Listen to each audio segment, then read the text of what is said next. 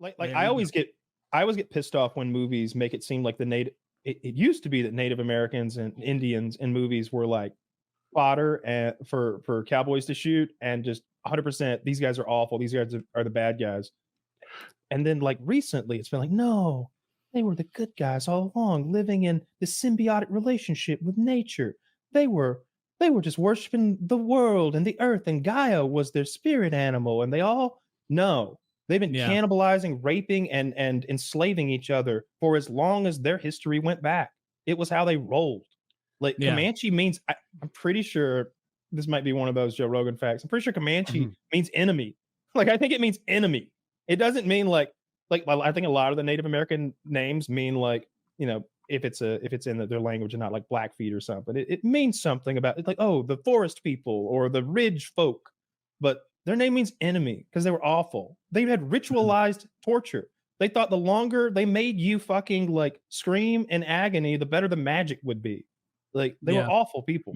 When they brought white slaves back to the settlement to turn in and do a trade, the white people were so incensed at the treatment that the slaves had received. The girls had their noses burnt off.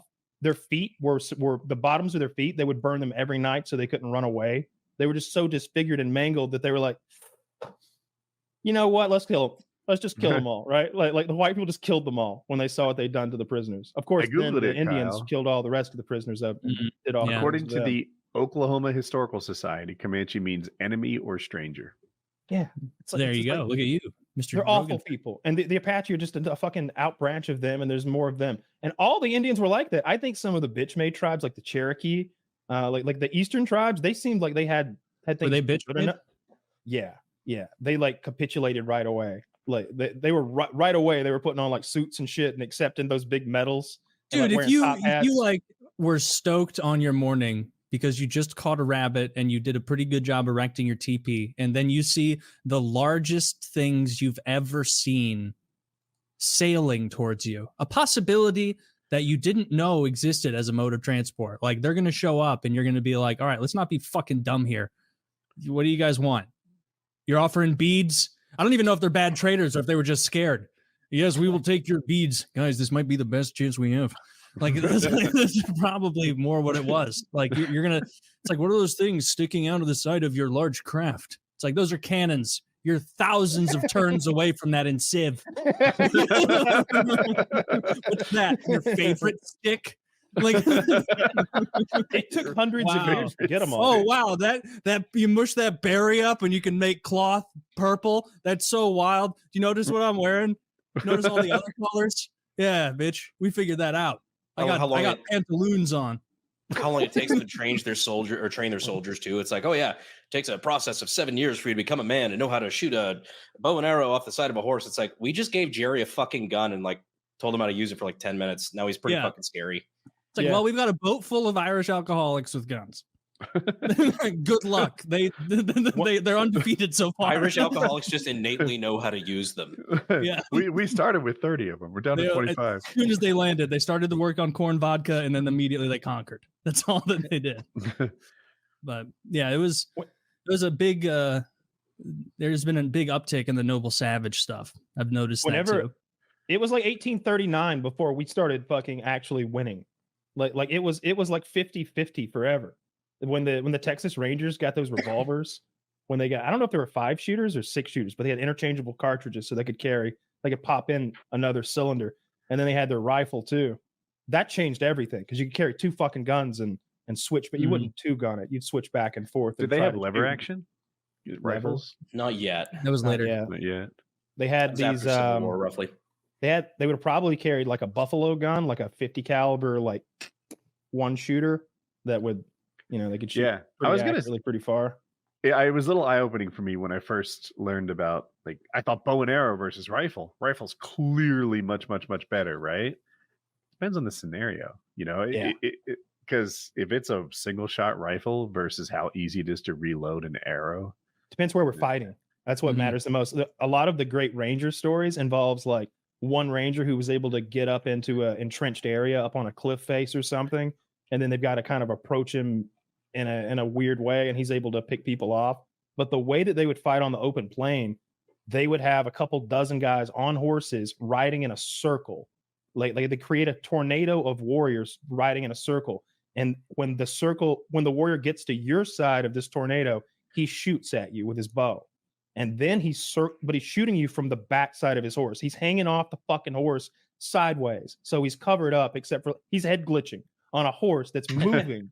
And you're a cowboy on foot that maybe you've made your horse lay down, and you're like popping at this guy with a revolver or a rifle, and he's way over there, but he's circling, and the arrows keep coming because by the time they get around, the circle makes a revolution. He's reloaded even if he's slow, so the arrows are just, and it's a moving target constantly. My skeet shooting experience kicks in. Like, sir, can I have you come straight away or towards me?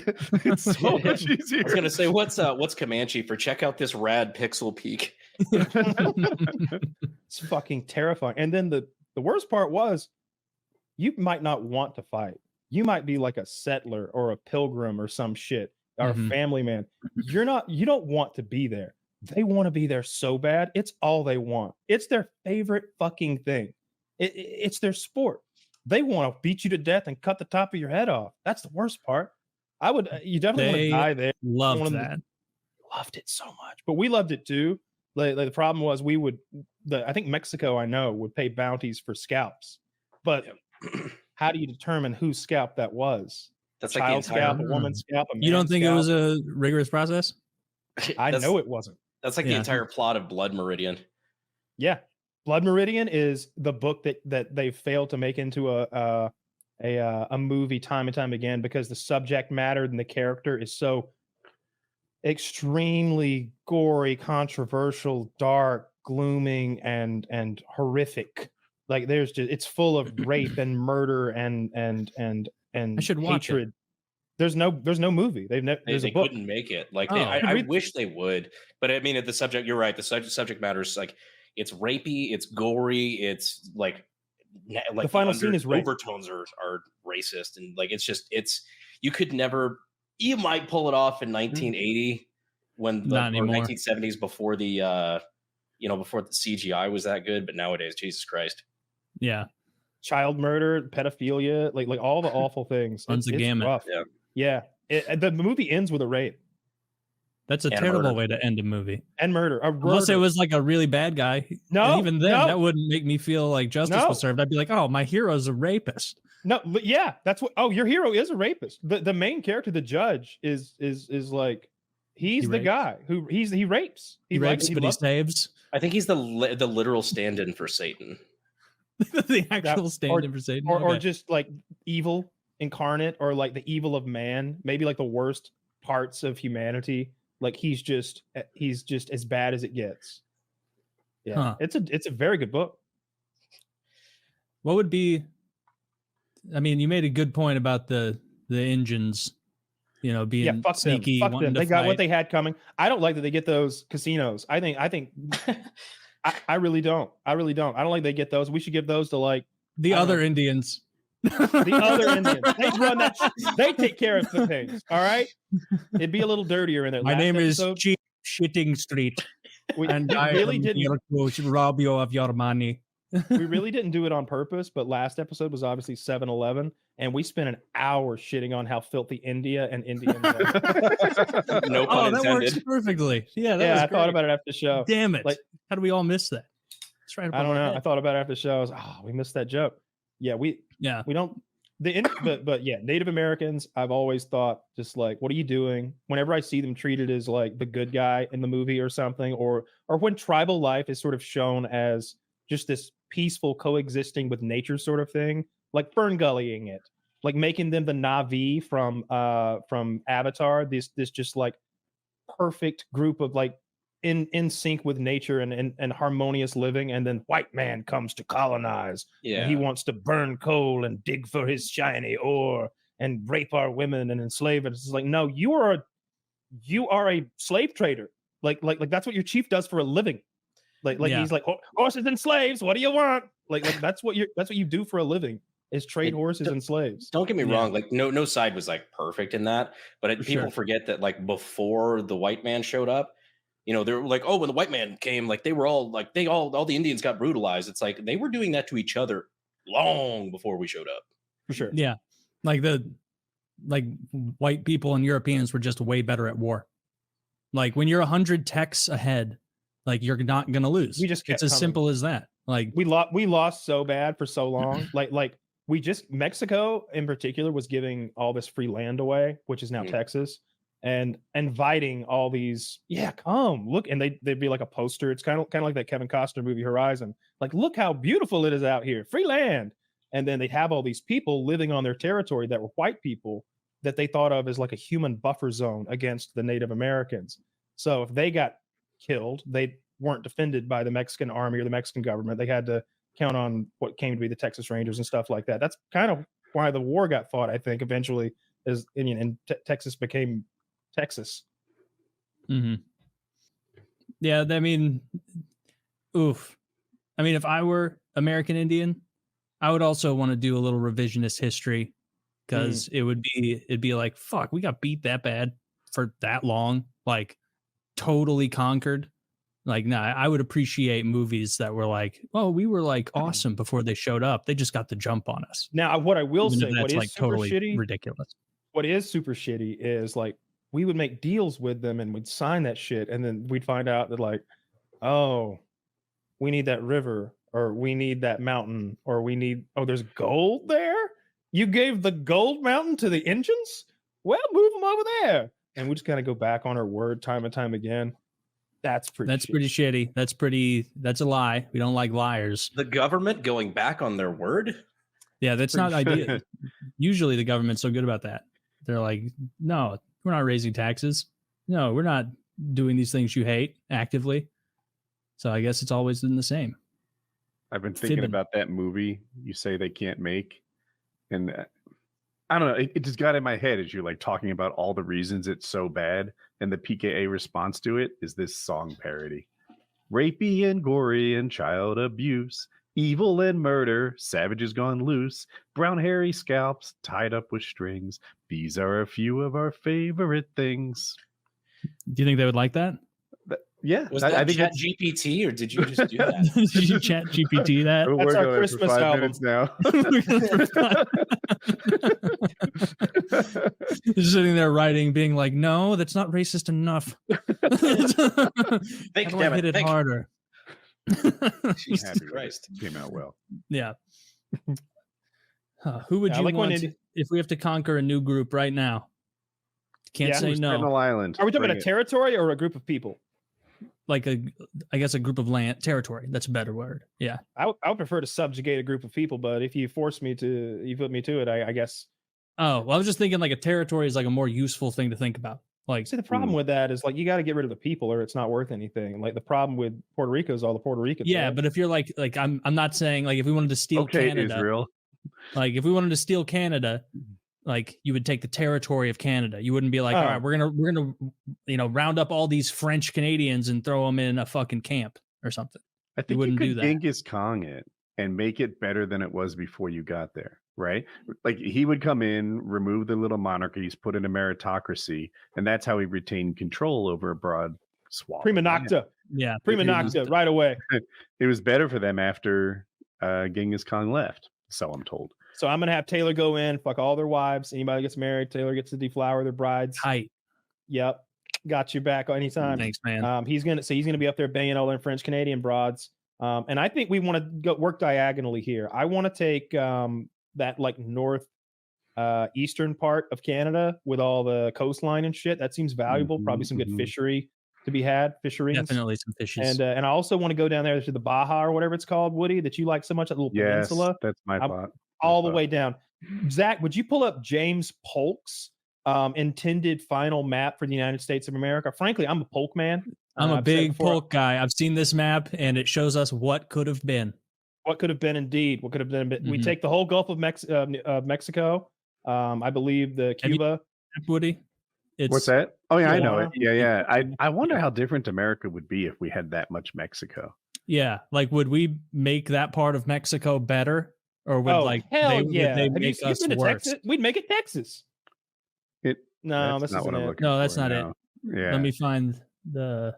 What was I going to say? Yeah, I mean, so some of that Mexican So land blurry. doesn't seem that great. It's like 8,000 feet altitude and low rain, and that's not it. No. Sent it. Well, that's a little bit of Zach's. Taylor's got it, I think. Yeah, I sent it. That sort of describes. I thought in his How does map that- he takes that whole peninsula below San Diego. There we Yeah, go. that's my what he shit. had in mind. Now that's a fucking empire, boys. That's what I want to do. Honestly, like what I always think about, frankly, is pushing Mexico back. I don't like, immigration's a bit of an issue, I feel. So we should just push it back. We should just push the wall back to a more manageable area. They always talk about, oh, the wall would have to be this long. Well, Not if we further push it south we down go, a little Yeah. bit. further That south wall's we not go, so the long, from what shorter I'm the looking wall at. gets. Yeah, it looks like a short wall right there, and you can put some howitzers on the other side and Yeah. put some Mhm. mines. I think We get fucking Cuba. Think about the vacation possibilities. look at that other chunk of what I assume is Mexico that over in the Gulf of Mexico that we're just taking as well. Fuck It you. is. Yeah. I would almost prefer if we gave him a little bit of the Croatia treatment and we took Why is he leaving the British all Isles of out? that. Why aren't we taking all the Isles down? There was like there? nothing there at the time. Oh, wait, bunch did of he take- nonsense. What is that big country? Is that Haiti and Dominican Republic or So, no, Cuba? that Dominican Republic and Haiti are right just off screen to the right. That's Cuba. Yeah. Okay. Sorry, my dumb ass. But look Oh, how no, far you're he's good. going up north in the northeast. He's taking some extra stuff up there, I believe. I thought. Yeah, he look was how much anyway. north we have of Portland now. Yeah, good for James Polk. We've got Great all president. the pretty much entire control of the Great Lakes. I didn't realize he changed the parallel, probably by Yeah. one. That's great. Is it What else was probably James the K. Polk all about? 50th? I don't Did he get? What did he get done? He was a cheese man. Was he a cheeseman? Kept a wheel of cheese in the White House. It weighed 800 pounds, and anyone who came in could have a bit. There's no fucking way. know. For how long? don't- How long do you think like a cheese wheel? Actually, it depends on the kind of cheese. Fair. You get 800 pounds of cheese, it goes a long way. In those days, you see the White House was open to visitors. You could just walk right in and take your business straight to the big man. And my business was. I'm 1 only pound of making up cheese. 80% of this. This can't be There- true. There was a giant wheel of cheese in the White House, I think, that visitors could gorge themselves upon if they visited on a daily basis. And the White House was open, like to the public. James Polk That- was known that's a- for pooping once a week What the fuck? Why Oh, would he be no. known for that? What? because of the how does- cheese. He just had the map and the poop. That's his only thing. If that's on his Wikipedia. Yeah, he was known for pooping Ah, once a week this is- because his this diet is was who it mostly is. cheese. Andrew was the- Jackson in the main foyer of the White House had a 2-ton block of cheese. It was there for any and all who were hungry. It was there for the voiceless. There you go. What? To be Cheese honest, for that's the like voiceless. the one thing that hasn't changed is that cheese is still a flex. Oh, this is from the fucking West Wing. That's not even. What Did are you he talking keep- about? Oh, what I just read was a quote from the fictitious White House Chief of Staff Leo McGarry in season 2 of the West Wing. But it does say Andrew Jackson did in fact keep an enormous block of cheese in the White House. But that seems to be where the similarities with the West Wing end. He kept the block of cheese for the people that walked in. That's a fact. Now, I think what. Oh, here it is. According to Benjamin Perley Poore in his 1886 book, Perley's Reminiscences of 60 Years in the National Metropolis. Dude, book titles back then rock. Thomas Jefferson received an awe-inspiring 1,600-pound cheese behemoth from a Western Massachusetts man, and Jackson's admirers thought that every honor which Jefferson ever had received should be paid to him. So some of them resided in the rural district of New York, got up a mammoth cheese for Old Hickory. Dibs on the indie band name Cheese Behemoth. Yes, that's a good one. Man, what a fun guy. Andrew Jackson. You go to his White House, he hands out cheese. He's taking When I care was of that Indian problem. He's on the $20 bill. On the $20 bill. It's on the 20. I remember one of when the I was most in- useful bills. When I was in middle school, this they brought in this savage American. I don't know what he was. He was all dressed up with beads in his hair and shit. And he had moccasins on, and he brought all this. I can he brought probably all guess. He brought all this bullshit artwork that his savage family had made, I guess. And then he gave us some like bullshit speech about how he won't even carry a $20 bill because Andrew Jackson's on it. That's all I carry. And it's nothing to do with Yeah. the president on it. It's just the right currency. Hundreds, I don't roll that deep. Yeah. Tens and fives, I just put them in the glove compartment or something. I have brought for you today this ancient art from my forefathers. It is a buffalo in macaroni.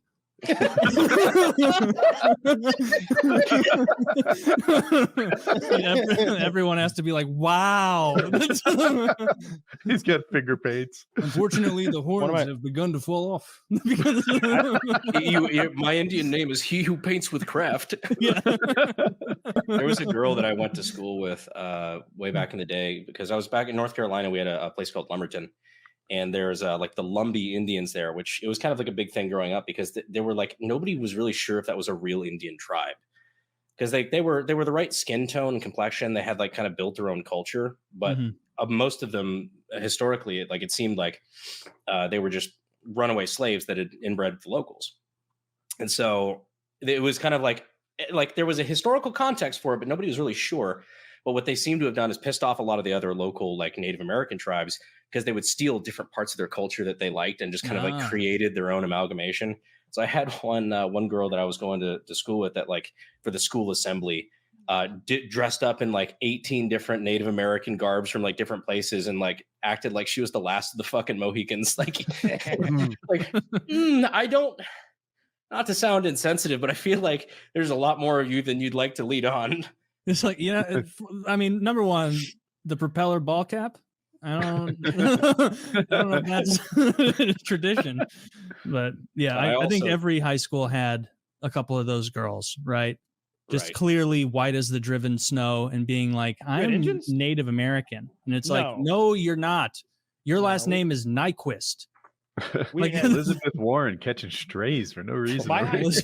Dude, every time I think of Warren, I think of the funniest Trump tweet I think of the entire time. Zach, if you can pull it up rapidly, that would be funny.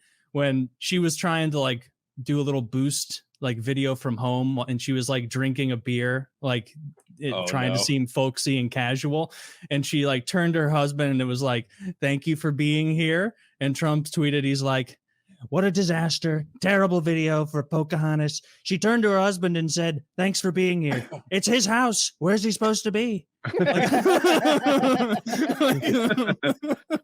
it's like, that's so, I wish he'd shitpost again. He's probably too old. Where is he? I wish he would come back to Twitter. Yeah, I really miss those days. But I just got a brief little stint of air conditioning from downstairs, getting some more water. There's like a distinct 15-degree difference right now in my house, and it's killing me. Oof, you're like, plus the Rona. Yeah. So the story of Hugh Glass that the Revenant is based on is apparently even more ridiculous than what you saw there, because before he did, so a lot of that's like shifted around. The Indian son thing, I think that's all horse shit, and like them hurting his son, so therefore is of course all horse shit. But before any of that had happened, he had been kidnapped by pirates on the sea and was like a prisoner on their ship, and then that ship shipwrecked. Like and him and his buddy make it ashore, and they are taken captive by Indians, some awful tribe, I don't remember which, that are like fucking cannibals.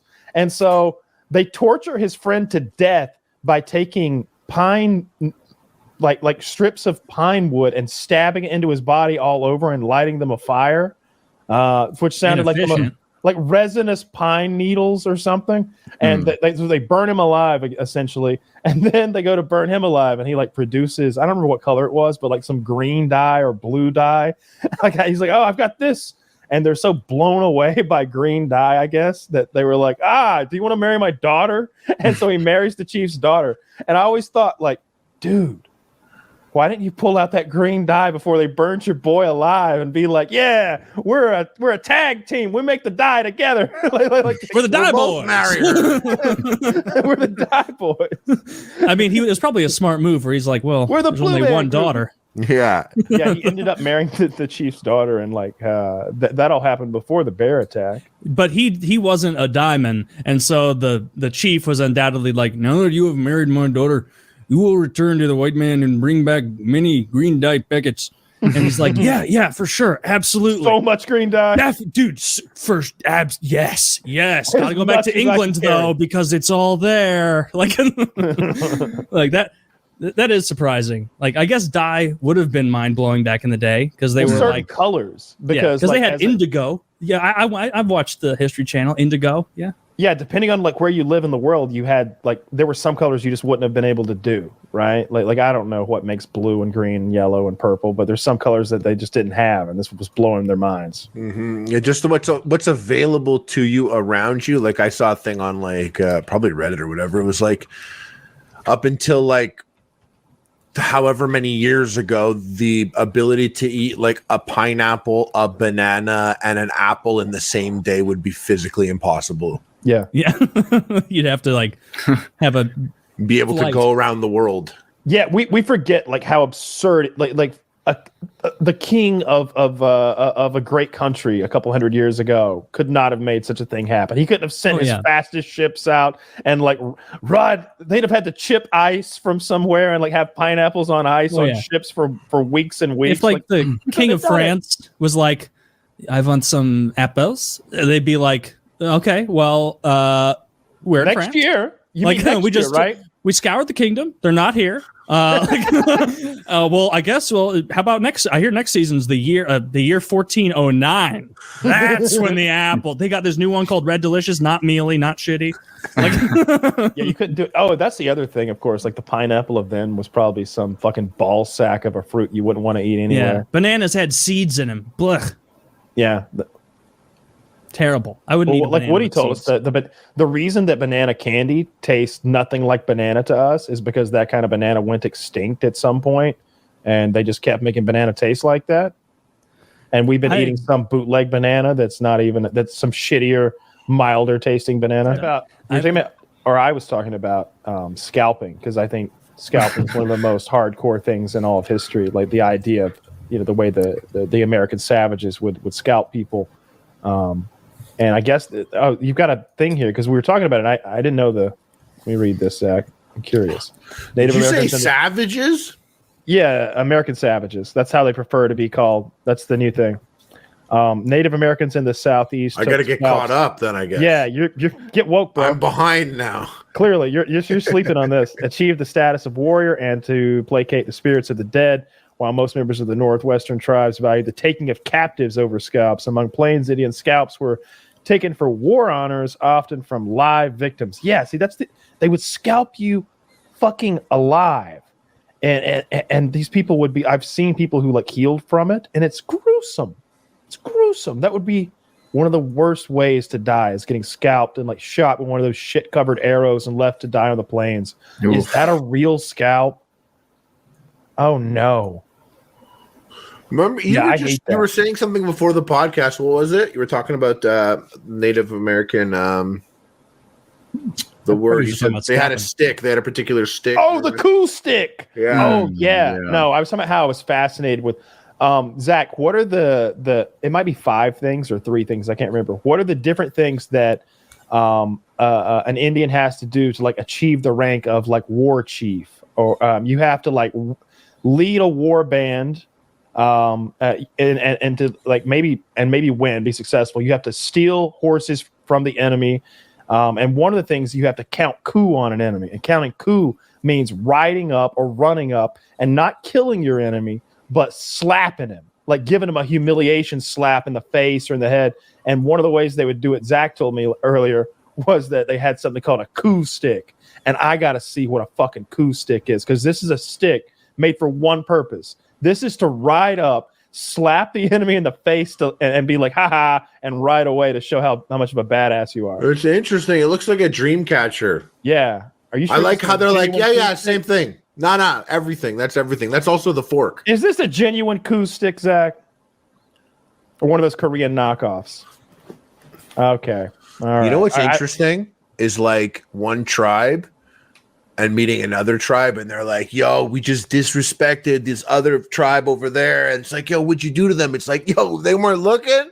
I ran up and slapped the back of his head and got away untouched. And they're like, what? And they're like, yeah, why? What do you do when you disrespect someone? They're like, we scalp them. We take the skin off their head and keep it for 100 years. For 100 years. Have you ever seen Legends of the Fall with Brad Pitt and Anthony Hopkins? It's kind of a romance. I could rewatch that. It's actually been that long. It's been a long time. So there's that's a coup stick. That's okay. That's pretty bad. That coup stick is also his scalping stick. Yeah. I'm getting that. Is that just a stick or is that a bone too? You know, I don't know. It would make it person, creepier. I'm not a person that's like necessarily like, oh, there's spirits all around us or ghosts, but I'm not like against it either. Maybe, who knows? Come on. I will say though, you bring that stick into your house, shit's gonna haunt you. I don't know how you look at the stars and predict when the next eclipse is going to be. Oh, I have no idea. I'm How would completely you? reliant on smarter people for this task. But those like proto Mexicans with their flat pyramids figured it out. Proto Mexican. I mean, do you think like the Aztecs would have been embarrassed if they saw the Egyptian pyramid at the same time concurrently? Oh yeah, you know they were high on their own supply for how. They'd be like, oh, when the sun sets, you can see a snake, and like, you cannot see the sun behind my pyramid. Yes, my pyramid blocks out the sun. It is made to the sun god Ra. Were there many Aztec like pyramids? I know there was some, probably multiple. I don't remember if it was Aztec or Inca or Maya or what, but it was like those step pyramids. Ziggurats? Yeah, kind of like a ziggurat, yeah. Except not nearly as big as like the Giza pyramids. Yeah. I always say it. What I said is a thing that like one of the unique things about them, when the wind blows, they make a certain noise. Like when the wind blows past the thing, it makes a noise. There's the other one where you clap and it like reverts the clap back. The sound will go to the top. In this case, a pyramid. You know? And if it's there a cavity or a temple, like in this case, the echo will come back to you. If you clap in front of an Egyptian pyramid, nothing happens because the sound goes away. But here, the sound comes back. Why it sounds like a bird? Don't ask me that, because we don't know. But this is really impressive. And then when the sun sets on one of the equinoxes, you see like an animal's shadow like walk up the building or something on one of them. So they did a lot of stuff like that. But I think that pales in comparison when you look at the Giza pyramid, that gigantic In pyramid. fairness, they're both really cool. You know, like they always say those are burial tombs or whatever. I don't even know what the fuck they are. I don't think they found people in the Great Pyramid. I don't think there was a mummy in there or anything. Didn't they find Tut in a pyramid? I don't know where they. He was in a tomb, Taylor. He was in a tomb underground, I thought, but I don't think that there was a mummy or like a king buried in the Great Pyramid at Giza. I don't think they know what. Isn't that theorized though that like they were, but I mean thousands of years of bandits and thievery, like everything's been looted out of it. I don't think there's a tomb chamber though. Like they don't. I don't think so. Is that just like hokum nonsense where they were like, oh, and the Egyptians, when the pharaoh died, his servants would be thrown in with him, locked in the tomb, so they could serve him in the afterlife. So that happening, they would do that. They would do that they would like put your dog in there, your pets, like your favorite fucking knife, like your favorite foods. They would set the place up like there was going to be a finger snap and everything in this room was going to be transported to the afterlife. Like that dead black guy with the Xbox. Yeah, exactly. But I remember hearing about this game that I always get the Mayans and the Aztecs confused. So forgive me, historians. Oh, I cringe when they talk about the Aztecs because I went to UCLA and I studied about the Aztecs for 4 years. And whenever they talk about the Aztecs, I just can't stand it. Well, click away, cocksucker. So whether it's the Aztecs or the Mayans, they played this game that was similar to soccer, if I remember correctly. But the goal was a hole in the wall on either side. And if you scored, you were sacrificed. And you played to like 1 point. I would not be good at that game. So imagine a hole like 5 feet high, 6 feet high in a wall, and what it would take to kick the ball and get it to go in that. If I remember correctly, that's how the game is played. It would take a death wish. That's the hardest part. Finding someone who wants to die. And forgive me, it's been a little while. Oh, it's not been that long for me. I'm at UCLA studying this right now. You cocksucker. But they would. It was basically like soccer, and you had to. I think you could use everything but your hands, if I remember correctly. But they had, they played until they did score, and the games could be very long. And I was thinking like, okay, yeah, it is hard to score, but I think these games are long because not just anybody was willing to be sacrificed. Yeah, do you think there were there's a lot of passing in that game, and the announcers like for the season? Another game of 0-0. A lot of ties this season, Todd. Yeah. This sport looks a lot like tennis. The ball just riding back and forth. I don't want it. I don't want it. You take it. I'd be the worst defenseman of all time. Just like stepping out of people's way and letting them go past. Yeah. I think most sports are silly. They're just silly. At their core, when you break down any sport, it's like, oh yeah, you take a piece of lumber and then you hit a ball and then you run and touch some piece of fabric in a diamond shape and hope someone doesn't catch the ball. Yeah. If they invented, it's a good thing hockey is so old, because if they invented that sport now with all the overprotective parents, they'd be like, oh my god, they're wearing razor blades on their feet. This can't be a contact sport. I'm Googling here. There's some important information. Sure. So there's I searched for Aztec soccer sacrifice, and there's something called the Aztec ball game, and it has another name like ōllamalitzli or something. That's perfect pronunciation. Yeah. Nailed it. So it looks like the coach or sometimes the entire losing team would be sacrificed. So now there's a whole new incentive to be good at this game. And there's a bunch of other stuff like the head. No, I'm sorry. The ball is meant to represent. UCLA was cringing. The ball was meant to represent the head of a sacrificed person, and there's some other things that spiritually meant sacrifice, but essentially you lose, and at least in some cases, they would kill them, and it was an honor to be sacrificed. I see. See, that's why. Oh, but wait. There's some dispute. Well, okay, let me read it because I'm reading it now for the first time. The way I learned it was that it was the winner, and the way I definitely read it was that it was the guy who scored. Check this out. You might not be wrong. It is said that the ball represented the head of a sacrificed victim. In Compilation, the ball court was the foot of the blood-stained stairs of the temple, and the ball game itself would be the scene of a sacrifice. It is believed that the losing coach or even the whole team might be sacrificed. Some historians have disputed this because it was an honor to be sacrificed. It may have been the winning team that lost their lives. So that's where that stands. It looks like they're... How do you find enough teams to keep playing?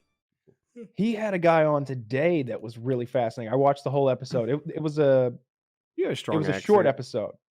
No, this was an older guy. I think the episode was like an hour and 38 minutes, and this guy's name is it's an hour 18 minutes. His name is S.C. Gwynne. He's this older white-haired gentleman, and he wrote a book about the Comanche Indians. And he's very knowledgeable about the Comanche Indians, and I didn't know any of the shit that he was talking about, and I'm really into that stuff. And he was talking about what incredible horsemen they were, and how good they were with the bow off of horseback, and it was really fascinating stuff.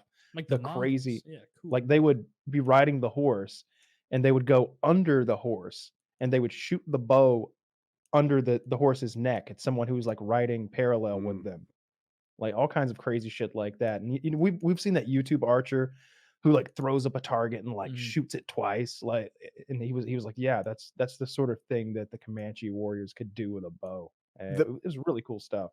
Bow was interesting to me. So I think a lot of people, I assume that the rifle that the American settlers had were just way better than the bows, and I guess they were in some ways, certainly range. But there are ways that the bow is better too, and speed was a big part of it. The fact that they could get off, I'm making this up, 5 shots to the rifle and their reload and all the challenges associated with that. It's I don't know, an uneducated version of me just pointing and laughing at the Indians and how hopeless they were. But you think about it more, it's like, oh, there's good reason that they thought they had a shot with the bow. Yeah, he talked about that a little bit. He talked about how maybe it was the first Texas Rangers or definitely the first settlers that the Indians were having to fight. They had 3 shots. They had their Kentucky rifle, which is a single shot rifle. Then they had maybe 2 single shot pistols, and then they're out. Now they're hand to hand. Meanwhile, the Indians got a whole handful of arrows, and he's just those were horrific people. If they captured a baby, they kill the baby because they're nomads. They couldn't support a baby. And they were still Stone Age level. If they captured an adult fighting age man, they would torture him to death. depending on how much time they had, they tortured for maybe a few hours to death, or maybe a few days if they got the time to really take their time with you. But if they captured like an 8 to 12-year-old child, they'd be like, you could be one of us, and they would just kind of sort of adopt you, and you'd end up being a Comanche, and it was really interesting stuff hearing him talk about all this stuff. I'm 16, but I'm really open-minded. Guys, can you work with me on here? Actually, the tribe you captured me from isn't much different from your. Put the knife down, please. Like,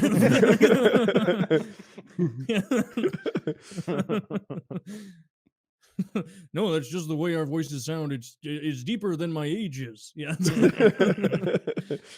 yeah. Those tribes are brutal to one another. Brutal to lots of conquering and ebb and flow of battle. I guess you had to get really good on the back of that horse, because if it was like, fuck, that tribe over there, they're pretty goddamn good on their horses, we got to get better. And then eventually they duke it out, and whoever's better on their horses is the new king of the tundra. And that's probably how it went. Yeah, that was a huge technological advance when the Spanish brought the horses over in the 1600s, and by the 1800s, the Indians had perfected that shit. Mm-hmm. Yeah, yeah. It's crazy to think about. Like, so are wild horses here in the U.S. now just horses that got away, or were just let go, and now they're just like wild stallions, I guess they're called? Huh. Yeah, those didn't exist here in North America. I think there's wild horses in North Carolina on the beach. There are, yeah. That's cool. So Kyle, we talked on, was it PKA or PKN? PKN. Yeah, I was saying that my position was this, and it's not an educated one. That's where I like to be. And I was saying that Native American Indians got a very raw deal a couple hundred years ago. But the fact that their culture hasn't thrived recently is more cultural than, the white man holding them down. As a matter of fact, they get a lot of benefits. There's a lot of scholarships to get them into colleges, and low taxes and tax-free reservations and stuff like that that give them advantages that everyone else doesn't have. But what they're doing, in my opinion, was kind of clinging to the past to some extent and wanting to live the lifestyle that existed a couple hundred years ago, which today looks like full-on ridiculous poverty. Like, oh my God, these people are like pooping outdoors and living off the land, and it's so bad because they don't have awesome internet. But it's a choice to me. So Kyle has an article here that proves me wrong. Well, I don't even think like your vision of like how they live is right. They live in these little crappy towns and little communities. They have regular houses. These guys aren't trying to live in teepees. They're just poor people. Like, they're living a modern lifestyle. They're just stuck on this reservation tribe. So I'll read directly from this article, I suppose. It's called 5 Ways the Government Keeps Native Americans in Poverty. It's on Forbes website, but I don't see like like bullet points, like 5 reasons. So I'll just read from the top. One such difficulty is fractioned land ownership. Federal inheritance laws required many Indian lands to be passed in equal shares to multiple heirs. After several generations, these lands have become so fractioned that there are often hundreds of owners per parcel. Managing these fractioned lands is nearly impossible, and much of the lands remain idle. With the energy resources, it said Darren Old Coyote, that's the guy's name, chairman of the Crow tribe in Montana, puts it plainly. The war on coal is a war on our families and our children. Coal provides the greatest economic opportunity for our impoverished tribe, but regulations are making it harder for the tribe to capitalize on our natural resources. Some are even trying to prevent the tribe from exporting coal to Asia. Tribes historically had little or no control over their energy resources. Royalties were set by the Bureau of Indian Affairs, but the agency consistently undervalued Indian resources. A federal commission concluded in 1977 that leases negotiated on behalf of Indians were, quote, amongst the poorest agreements ever made. Unfortunately, it hasn't gotten much better. A recent class action lawsuit alleged that the government mismanaged billions of dollars in Indian assets. The case settled in 2009 for $3.4 billion, far less than what was lost by the feds. Reservations. I feel like, to sum this up, the Indians were given a bunch of energy-rich land, right? In particular, it had coal deposits on it. And now they're not getting like the Saudi Arabia treatment where they're getting coal royalties on this land that they live on. Or they are, but they're just not awesome contracts. Well, they're not allowed to handle their own business dealings on the resources. The federal government wants to handle it for them. And then, like, there's a lot of reasons that these people have been held back. I mean, even you say they were given this land. They don't even... That's not fair to say. They were given the shittiest land we had to give. They were given like corners of desert and chunks of Montana, like just nothingness. And they were a lot of times these were farmers that were thrown out in the desert, and so they got hooked up on this like government food program that's made the Native Americans some of the least physically fit Americans among us. They are incredibly. They have. Know that. Yeah, because they've been like you look at some of the quote unquote traditional like foods that they cook. When I go to the Southwest, I'll see stuff like fried breads and shit like that, and it's all because of like the fried bread products that they get, the bread that they would get from the government. They had to come up with all different ways to like use like 2 or 3 ingredients, and one of them was frying it. They've been held back at every turn. We've been fucking those people every which way. Part of the way we fuck them is we give them free food. Another way we fuck them is the free land isn't good enough. Are there any other freebies we fuck them with? We gave them all that free ammunition, at 2,000 feet per second. Though we massacred those people, man. Mm-hmm. We stole all their land from them, and then No one says that we were. I was going to say nice, but no, we weren't even decent to them, right? I mean, we considered them, like I had anything to do with it, but they were considered savages in the 17 and 1800s, and the white people just wiped them out. They were technologically advanced by comparison, and they wiped them out like they were buffalo. It was very mean, and they had no sympathy for them, as if they were a whole nother race. But since then, they just haven't really said like, all right, so what can we do now? Like the Jewish race was treated really poorly 60 years ago. Is my math right? No, 70 years ago, something like that. And the 1940s, right? World War II. Millions of them killed, slaughtered. And, it's not like they're saying like, man, we're not going to get an education. We're not going to pull ourselves out of this. Like you don't see that. I feel like there's a cultural issue. Well, there was a culture for Jewish people to assimilate back into. Yeah, they went more and made their own easily country. than there was a culture for Native Americans to penetrate and then assimilate into. There's already so much stigma about it, and I think most of them died from disease, right? So like their populations were just so diminished. And that I really don't know enough about the subject. And the Trail of Tears. So here's a little bit more from the article. It says, Chief Justice John Marshall set Native Americans on the path to poverty in 1831 when he characterized the relationship between Indians and the government as, quote, resembling that of a ward to his guardian. I scrolled down too far. With these words, Marshall established the Federal Trust Doctrine, which assigns the government as the trustee of Indian affairs. That trusteeship continues today, but it has not served the Indians well. Underlying this doctrine is the notion that the tribes are not capable of owning or managing their lands. The government is the legal owner of all lands and assets in Indian country and is required to manage them for the benefit of the Indians. But because Indians do not generally own their land or homes on reservations, they cannot mortgage their assets for loans like other Americans. This makes it incredibly difficult to start a business in Indian country. Even tribes with valuable natural resources remain locked in poverty. The resources amount to dead capital, unable to generate growth for the tribal communities. All development projects on Indian land must be reviewed and authorized by the government, a process that is notoriously slow and burdensome. On Indian lands, companies must go through at least 4 federal agencies and 49 steps to acquire a permit for energy development. Off reservation, it only takes 4 steps. This bureaucracy prevents tribes from capitalizing on the resources. It's not uncommon for years to pass before the necessary approvals are acquired to begin energy development on Indian lands, a process that takes only a few months on private lands. At any time, an agency may demand more information or shut down development. Simply completing a title search can cause delays. Indians have waited 6 years to receive title search reports that other Americans can get in just a few days. So The it's a result- cumbersome process to basically, start a business Government has on hamstrung the ability for private enterprise there, right? Indian land. Like basically what they're saying is, you know what? There's a difficult and cumbersome process to fire up this stuff on free land. The rent-free land that we're giving them, it's basically that. It's rent-free land, but they don't get to own it and sell the energy resources and mine it and all the things that ownership would give you. It's just rent-free.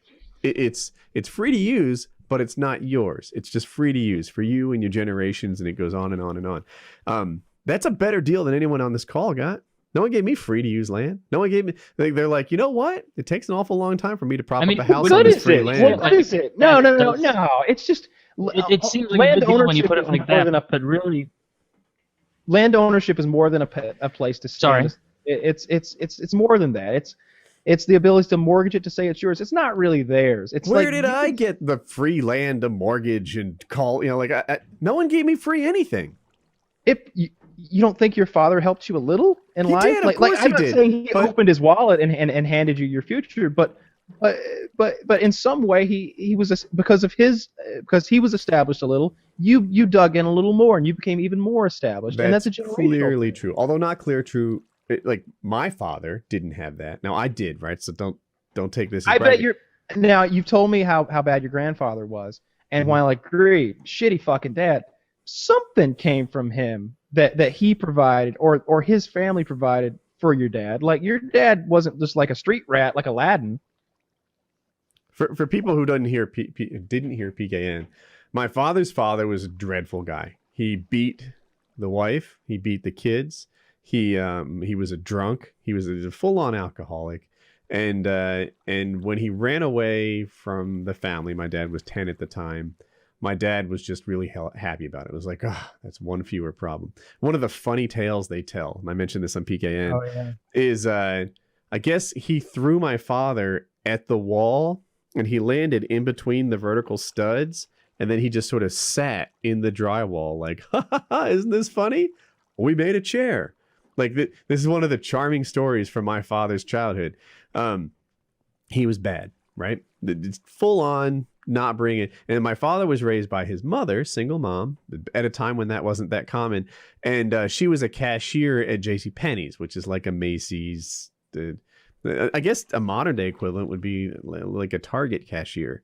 And that she raised the family on that. So no, I would push back on the notion that this guy provided anything. As a matter of fact, I think he took more than he gave.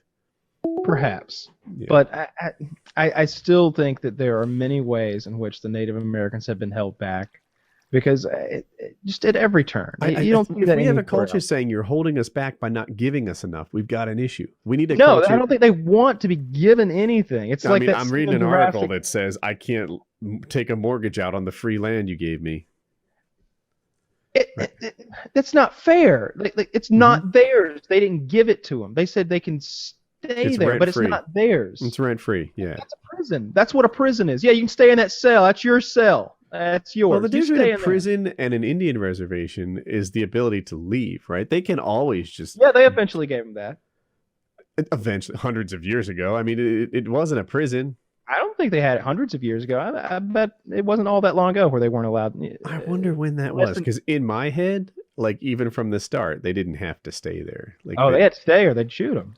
maybe you're right. Maybe you're right. They But were rounding them up back in those days. it's certainly not a recent thing. Like I bet by No. 1900 even, they were allowed to get out. You know, we're I'd talking say- yeah. 114, 115 years ago, they were able to do anything they wanted.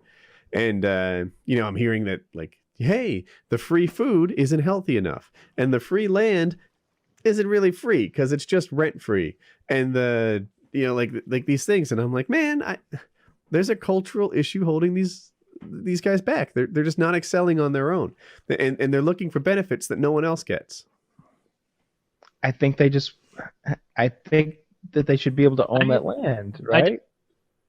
I think that they should own the land, but sounds good. But the fact that the government has basically hamstrung any attempt at private enterprise in those areas means there aren't going to be good companies for them to work for. There isn't going to be the opportunity to network, to get ahead. They're just kind of born into a shit area, and there's not much opportunity to get out. I wonder what don't they'd say know if that much happened. about this. if we gave the land to essentially, let's pretend it was like a squatters type thing, right? And said, all right, whoever's there now gets the land. Bam. These are the property lines, etc. It's all given away. In 50 years, there'll be no more Indian reservations. They'll sell it off. Different people will move in. Maybe they'll mismanage money because they haven't had it in the past, right? That's a real common thing. And get a little fire water in them, make a few bad decisions. It'll be gentrified, and there'll be no more Indian reservation. The whole culture will be completely gone. That's I think the reality of what would happen if we just let them do anything they wanted with the land. Do you remember the old story about how much they sold the island of Manhattan for? What was it, like a couple of beads? And it was a chest full of beads. Are you serious? Yeah. Yeah. I beads? remember. Beads, glass beads. They had beads, didn't they? Not glass. So here's the deal. Like, the Indians, is that even politically correct to say? Like the Native American Indians or whatever? Native Americans, yeah. They had no concept of land ownership, right? So to them, they were getting beads in exchange for nothing. Like, I'm buying this land from you, and they're like, really? You're buying land? Like, no one buys the land. Yeah, we all all buy live land. here. Buy the sky too. Hey, you know what? The sky is another barrel of beads. I was just about to say that. I'll sell you the sky if you want. Like. And to us, I guess I probably wouldn't be silly enough to sell my sky, so I'd get fucked over. But yeah. To them, it's like, yeah, people don't own land. To get anything in exchange for this free nothing is fine with me. And that's how they got those ridiculously terrible deals. And perhaps it's to their detriment to not have figured that out a little quicker. Well, that deal differs from some of the later deals that were like. That deal was probably from like I don't know who made that deal with them, but later on there were deals with presidents of the United States, with generals, with the U.S. government that were just reneged upon and just torn up when we needed to tear them. Oh, there's oil in that land we gave them? Well, we'll just scoot this property line back a little more. All right, yeah. Give them that shitty part over there with the mountain on it. The Mountain of Doom, yeah, that one. That's yours. Hey, Blackfoot. That's your fire mountain. Yeah.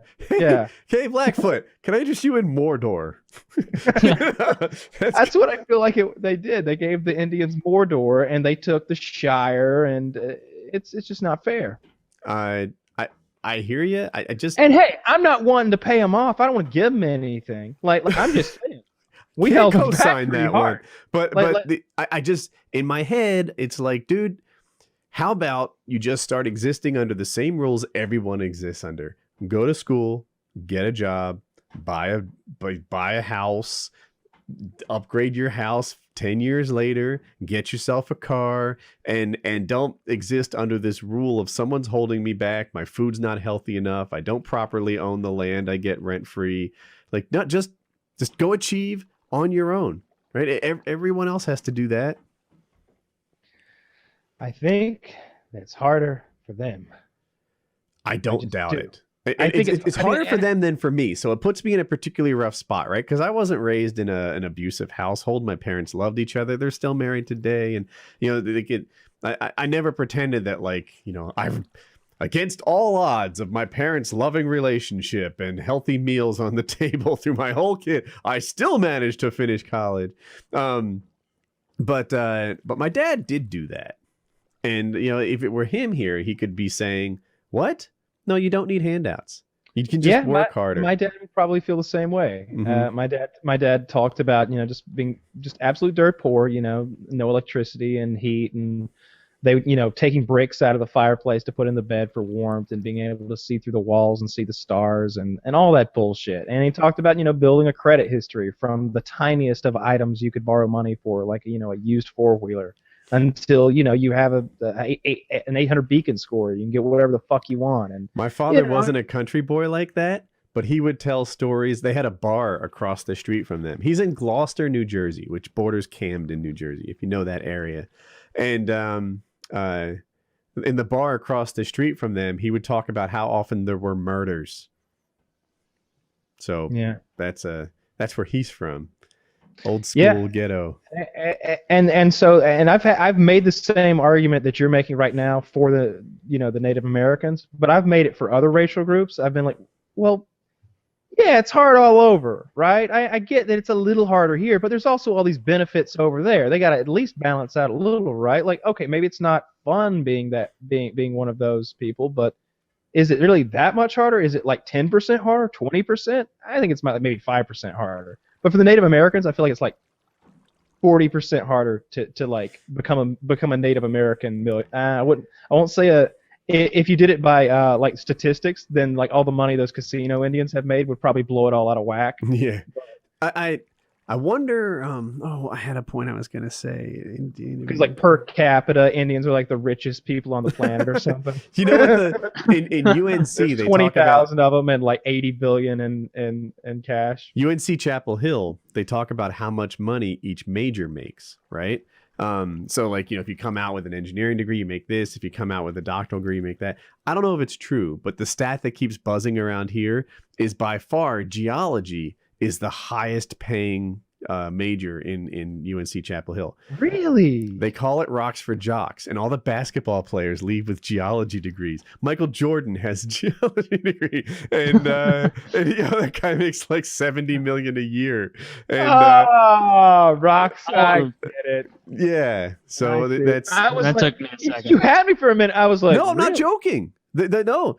But no, you misunderstood. For a moment, I thought that actual geologists were being paid very well. Yeah, that's not the thing. That's not the thing. No. Guys who are going to end up being professional athletes often are geology majors, and therefore geology majors are on average paid more. That's right. The pro athletes that come out of UNC have broke the curve for geology as a major. Rocks for jocks. I get it. Jocks, okay. Yep. That's hilarious. Yeah. So that somehow that tied into the Indian casino owners making Indians very wealthy per capita, when in reality there's like I don't know, 150,000 there's Indians, like 11 of them billionaire. that have $10 billion. Yeah, exactly. And I feel like, there's a bit to be said about that. I feel like if they were, they've got all that money, it seems like they could enrich their communities with that more. Maybe. I don't know. I feel like we're all a little bit ignorant on the subject, but I honestly feel like, yeah, right. I honestly feel like just a little ignorant. Well, I think that you are extra ignorant on the subject. Swaths of ignorance going across people's screens. I think we're going to get educated. People are going to reach out to us and support one position or the other. So people are going to say, Woody, I've been there. I've lived it. You're totally right. These people are just not achievers. Or they're going to say, Woody, I've been there. I've lived it. You don't understand. It's a systematic suppression of these people, and through no fault of their own. Student loan once. They shot him. If you apply for a student loan as a Native American Indian, you have a huge advantage. It is, or scholarship, right? There are lots out there that just help you. If you want to get accepted into a school as a Native American, that helps you out a ton. Very fashionable to be Native American. Everybody, a lot of white girls out there who are very proud of their 186th Cherokee. Have you noticed that? Oh, hey, right here, white buddy. Girls out there like holding onto that train. Are you 116th Cherokee? Oh yeah, 116th. Yeah, totally. Don't feed me that shit. Yeah, you're not. Totally. You're at least a quarter, and you're not really there. Can you give me a battle cry to prove it? I don't know what it was. My great grandmother was part Cherokee Indian. Battle cry. Like that. Yeah, I don't even know what that would be. You should. You're over 4% Indian. I've probably got more. Lefty was the one who was a large percentage Indian. 1/8, I think. Oh my. Yeah. Huh. Well, you would think he'd know more about maybe that's why he was such a bad contract negotiator. Oh my god.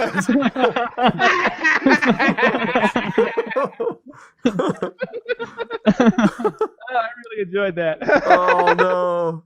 And now he's living in complete poverty over there. That just meant that's a good one. Right, I'm the bad one. That was a tasty drink that finished real bitter. New topic. Oh, I didn't like that. Yeah, that never happened. Another historical thing that I've recently kind of come full circle on is Christopher Columbus. You know, like I don't know why I was so pro Christopher Columbus, but he was an absolute monster. Just a horrible human being. Somebody was saying that recently. Was it Neil Tyson? NGT, whatever his name is. I don't know. Okay. What did you learn? Because I didn't follow through and read it all. I was rewatching The Sopranos recently, and there's a whole episode around it, and so I started doing a lot of research. Oh. He would be tried for crimes against humanity today. He was enslaving, taking the natives as sex slaves. He was cutting off the hands of any of the men above a certain age so they couldn't like do war against him. Like his own quotes are something like, with 50 men, we could subjugate them and have them do our bidding or something, something in 1500s talk. He was an absolute monster. He was a slave trading, genocidal boat captain who was out for profit. The thing about like anyone like that is I feel like you almost have to judge it by the times, because when you phrase it that way, like, of course we all know that's terrible, but like when you say it like that, it's like, do you think all the other captains out there were like, this Columbus guy, look at how far he's going, this is getting out of control? Like, they were all shitheads. Yeah, that's just how you ran a tight raping ship. People. When they said running a tight ship, they were talking about the tourniquet on the wrist. Tight. Look this up, guys. This is true. Yeah, I have no problem with looking at it within the context of the times. George Washington owned slaves, right? But yeah, don't raise this guy up to be a hero. Don't don't act like Columbus Day is something to be necessarily proud of. I mean, he was the captain of the ship that made its way here. And if I remember correctly, I hope I'm not confusing him with a different like explorer. There was some kind of a bonus that would be paid to the first person who laid eyes on the like new territory or something like that, like from I don't know, the government back home, the Spanish government, whichever sailor sees the rock first, he gets like a pension is what it amounted to. And some guy was like, land ho, and Christopher Columbus was like, no, I'm gonna see it in like 2 days, and like he took the pension. Fuck that guy. Fuck that guy. Just raping, murdering, enslaving. See, the only way I'm okay with us getting rid of Columbus Day is if it's immediately replaced by another day that we also get off. I will not be a member of I don't care if we get a fucking Genghis Khan Day, like Attila the Hun Day. I don't care, as long as it still gives you the day off. I'm fine. But what I will not stand for is people coming in and stealing our days off under these social justice pretenses. If you're gonna, like what he says, if you're gonna have an idea, if you're gonna say nay, you got to have a pro for it too. So you can't just show up and say no more Columbus Day. You have to say we're gonna have XYZ Day. I have a pitch. Everybody, you still get the day off. I have a pitch for you, Taylor. I think you'll like it. Okay. We'll get rid of Columbus Day and we will replace it with a floating holiday of your choice. A floating holiday. Mm-hmm. Any day of the year, take it. Oh, this is way better. Yeah, right? Always. Okay, you know what? New plan. Get rid of all the holidays and turn them all into float days, except for Christmas and Thanksgiving and the real, like the trifecta. Thanksgiving, New Year's. Christmas, New Year's, that little triage there. Dude, but let's like get something going. This 35 is a better idea. When I realized what a bunch of horseshit the holiday season is, right? Like Christmas, I was like, oh my God, there's 365 days a year. We get 6 off over the course of 3 months. Mm-hmm. And this is the holiday season? This is like the big thing, the big doodah that we all get together on. Like, can you believe how great we have it? We get 6 days off out of 90. This is incredible. It's not incredible. It's horseshit. It sucks. You have low standards if you like the holiday season. What are some of the holidays that we could get rid of and move around like float days? We can get rid of Columbus Day. We can get rid of President's Day. We can get rid of but hang on, let's move Memorial Day around.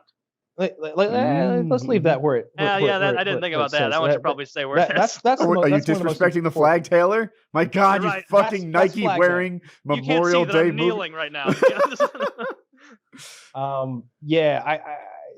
It needs to be one of the ones that we actually get a federal holiday, right? What are the federal holidays? Let's pull up a list of that because like a lot of them are bullshit. No, it's not as many as I thought. So we have New Year's Day. We have Martin Luther King Jr., Washington Birthday, which is also President's Day, Mhm. Memorial, Independence, Labor, Columbus, Veterans, Thanksgiving, and Christmas. I don't think I got all these off. I never got Veterans Day off. I don't think I got Columbus Day off. All right, I say we keep all the days off. We keep Christmas, Thanksgiving.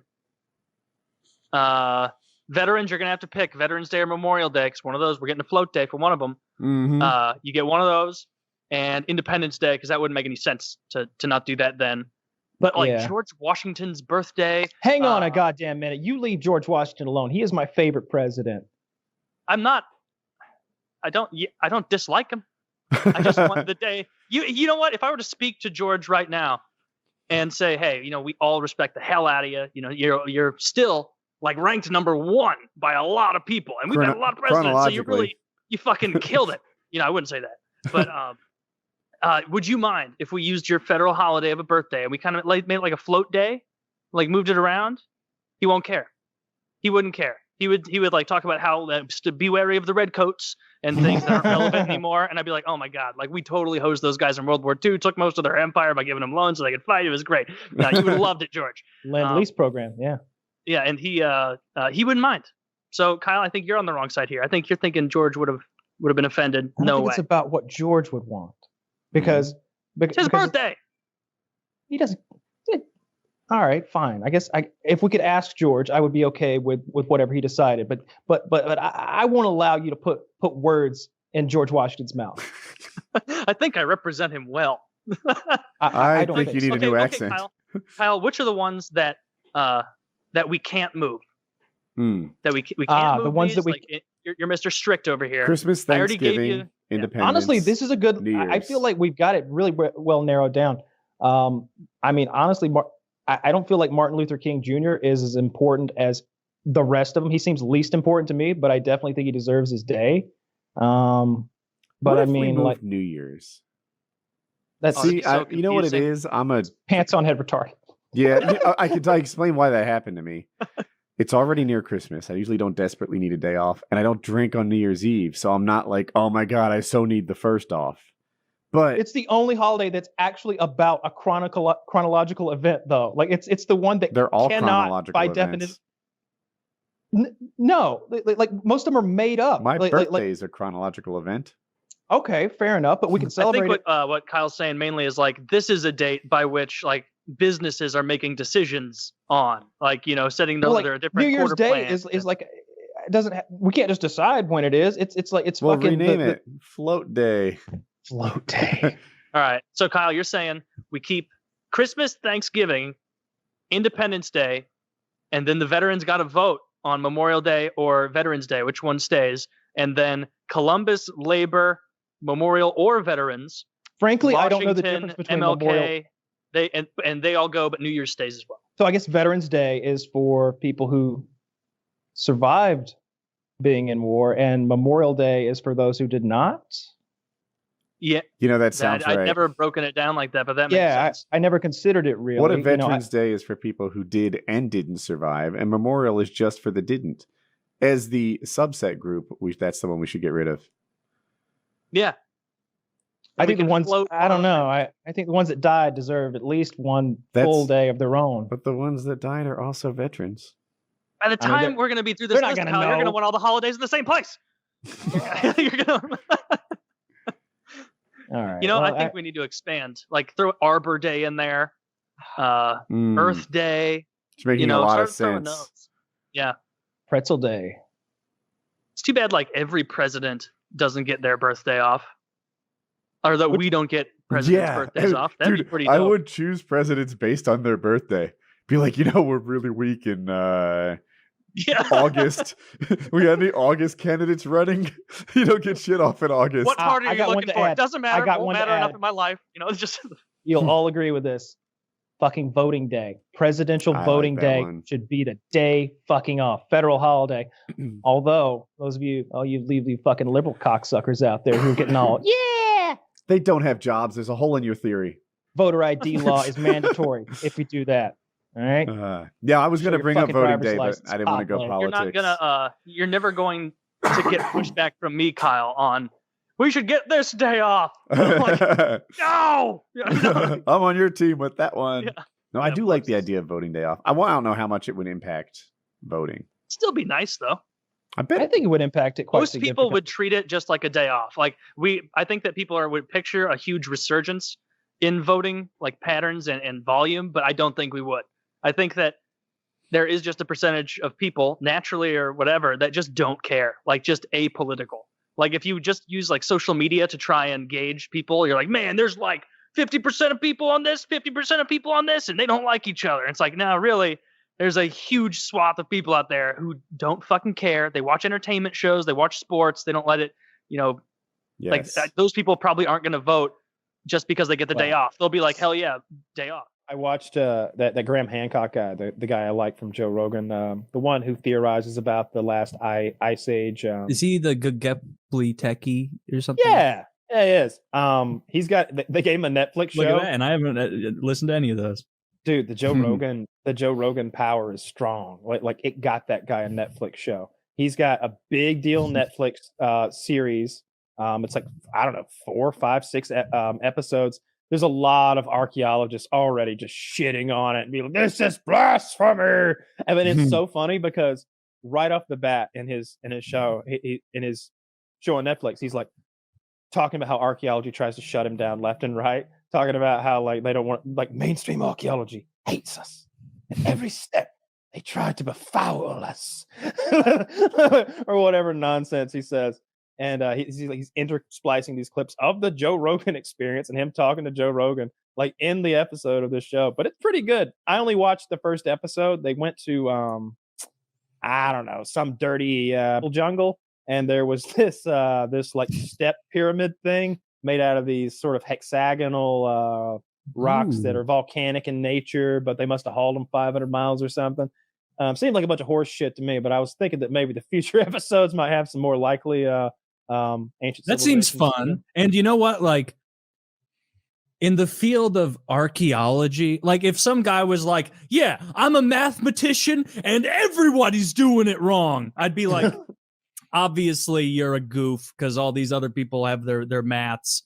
In a field like archaeology, I'm willing to believe this. Like this guy's at least right on a thing or two. Like they're archaeologists, get real. There's so much shit you haven't found. You don't know the right timing. There was a story that came out a couple weeks ago where like a formerly like debunked Roman emperor who was a total myth. They found coins with his face on it, and they were like, okay, he was real. Like, okay, this guy was a real Roman emperor. We just found coins with his face on it. Like it previously thought to be a myth. Now, like to think we know like anything, like everything, I guess I would say, like that's crazy. Of course there's stuff we don't know. There's probably I really like the idea of those civilizations that predate like that is cool, the Ice Age. They go back to like I like the idea of, I don't know, people living in giant pyramids with infrastructure and technology, with like mammoths pulling their sleds and like worrying about saber-toothed tigers and shit. Like I like that world. That's a cool world. I've mentioned it before, but there's that awful movie 10,000 BC, and that's the whole premise. It's like Apocalypto, but time shifted bad to 10,000 BC. Yeah, if you want to watch a great movie though, that Mel Gibson's Apocalypto is always just the tip of my tongue when I'm recommending things to people. It's a good movie. I haven't seen Apocalypto. Like, I think I saw it in theaters, and then that was the most recent time I've seen it. Maybe I remember liking it, thinking it was really cool. Yeah, it's fun. It's really violent.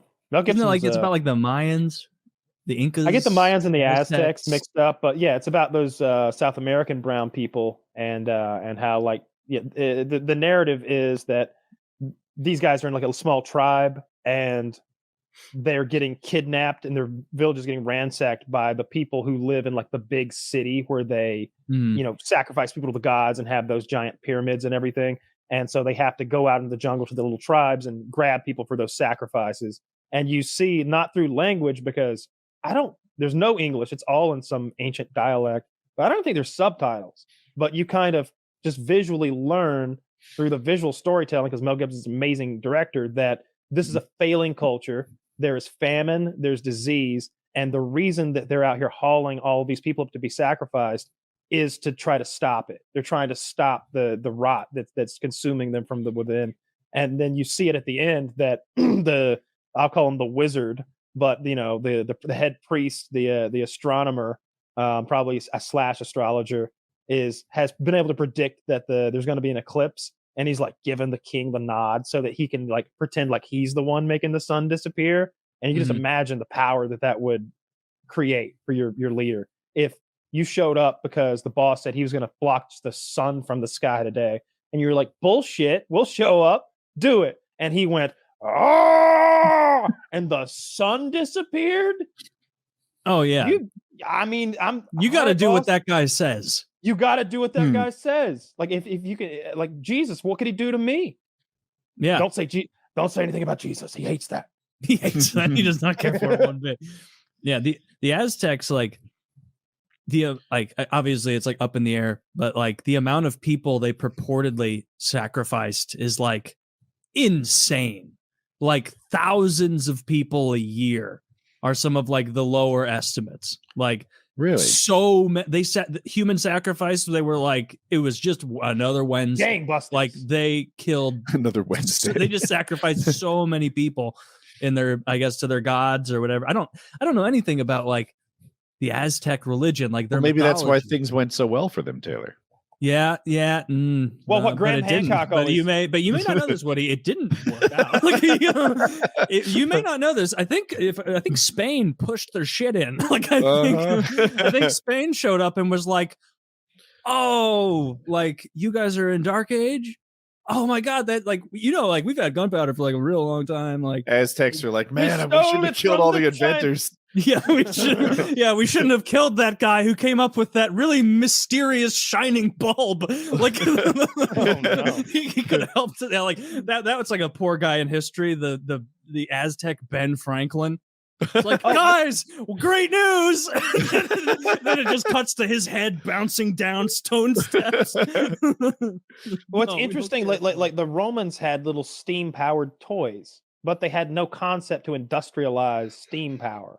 You know what I mean? Like, and then there's been a lot of discussion. There's a whole YouTube channels that go on about it for hours about could the Romans have been on the verge of an industrial revolution 1,000 years before the real one?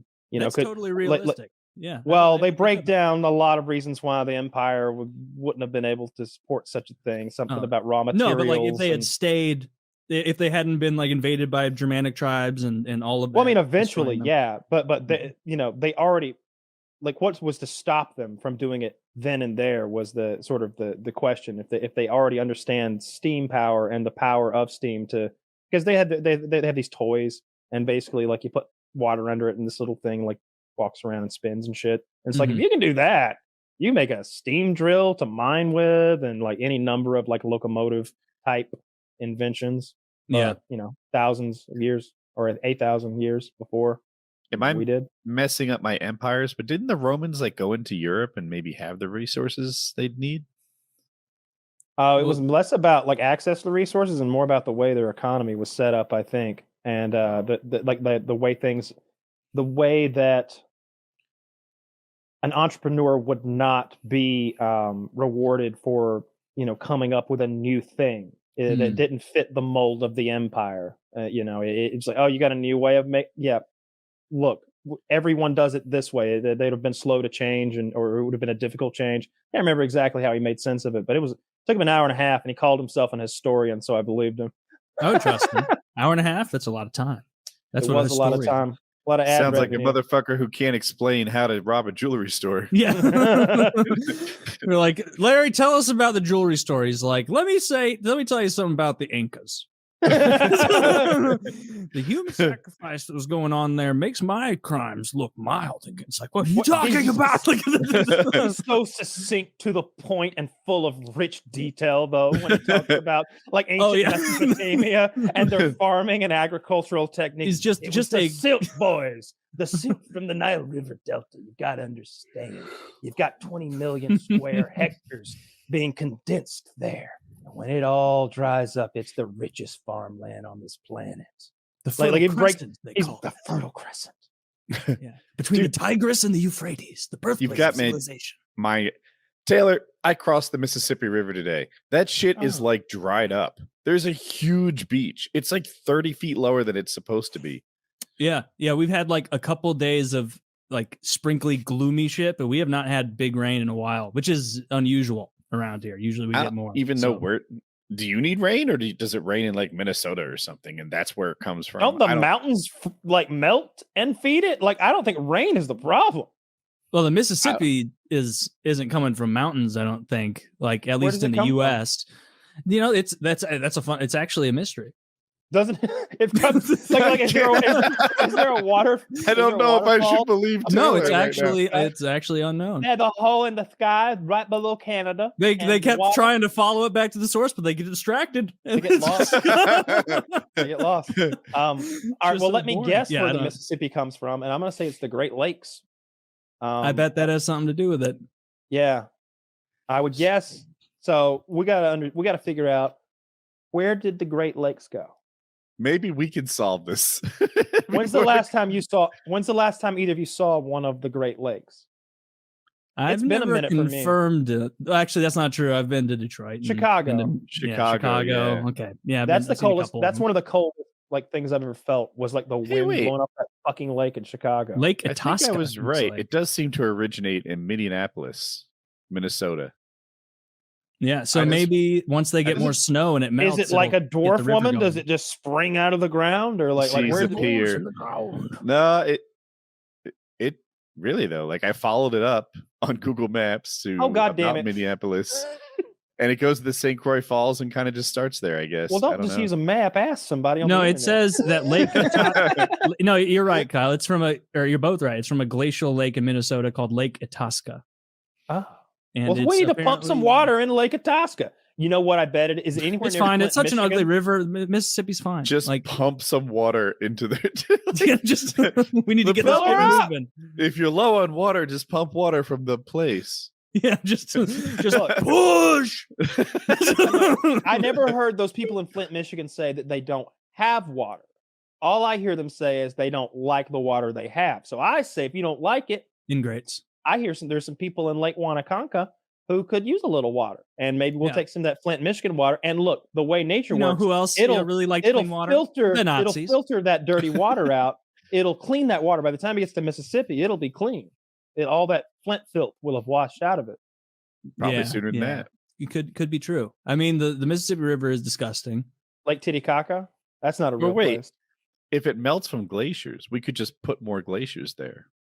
Yeah, but I think that's a big to do. Easy enough. Ice machine, dude. Have you seen? We could steal a glacier from Canada. They couldn't stop us.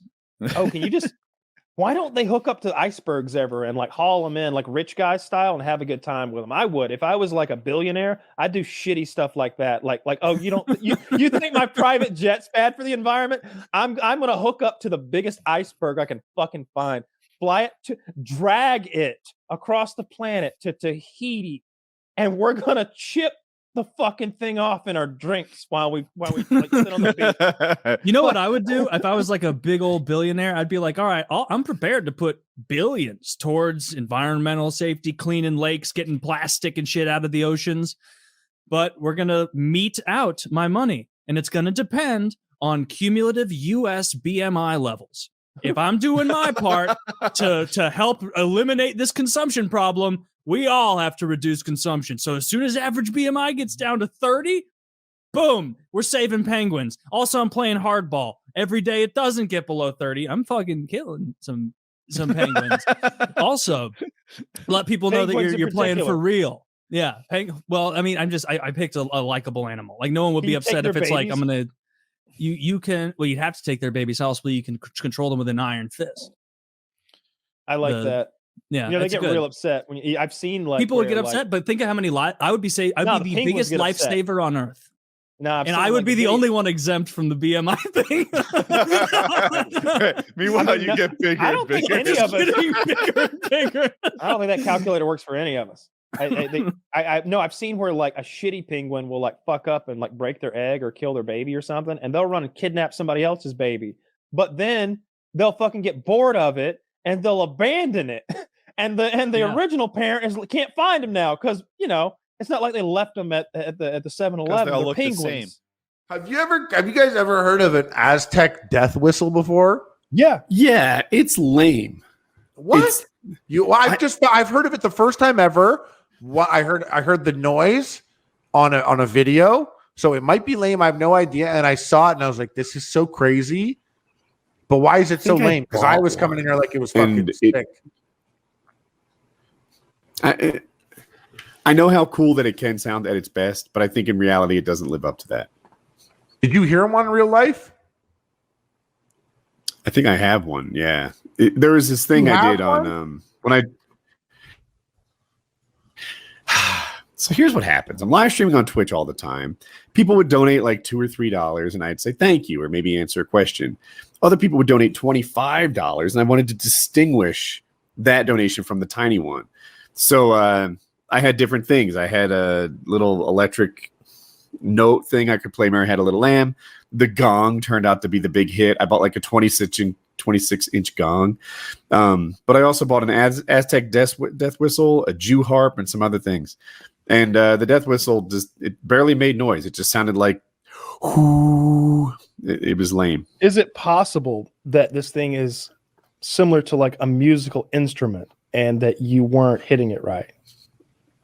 Because I just watched a video of an Aztec death whistle and it sounded pretty like when I see it's a pretty girl. We could probably watch that. Oh yeah, that one. Here, if you click, here's this link also. Before you click that one, you might want this one. This one's a minute and 11 at the minute 11 point. Actually, click Kyle's first because it's a girl playing the note. I've seen it. But then this one at a minute and 11 is 100 horses and 100 Aztec death whistles blowing.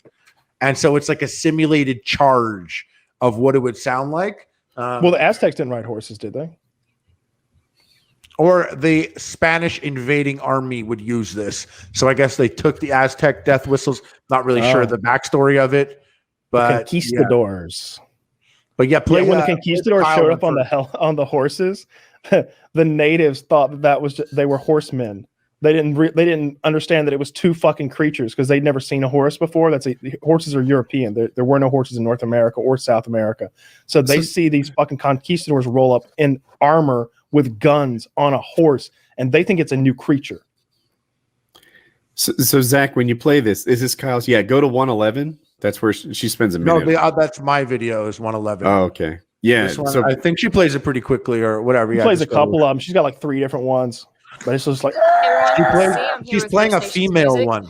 If you're looking for something truly creepy, I bet there's bone rattling, something. Yeah, skip. You got to go to 111. This is boring as fuck. These are death whistles, and they are haunting.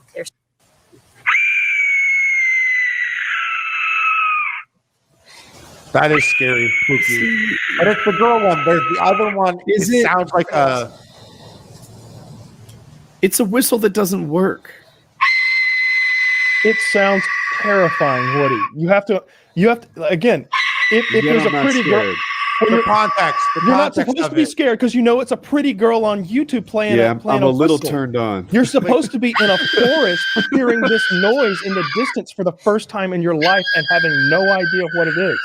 Click the link I sent you and go to 111. And not just any forest. You're in a strange new land on another continent. It's nighttime. You can't see. like you don't know what animals are in this forest or what animals exist in the world in general, and you're hearing that. Bro, you believe in demons. You literally believe in demons. Yeah. like not in the way that Taylor's like, and people he grew up with believe in demons, the way that like people who burn people as witches believe in demons. Like you would be shitting yourself. That would be so fucking terrifying. It's already it's a scary noise. What demons? I'm listening to Harley's now with the horses and the. Oh, are you talking about how they use horse noises to sound like the Aztec death whistle? Talking about the Aztec death whistle. There's links below. They're watching them. It's all right. You're selling me a little bit. It's scary if you. I mean, I think at this point I'm a little Pavlov dog. I just get turned on by death whistles because of that chick. But yeah, how crazy is 100 people and 100 death whistles blowing? It sounds like an army of like 1,000 fucking demons.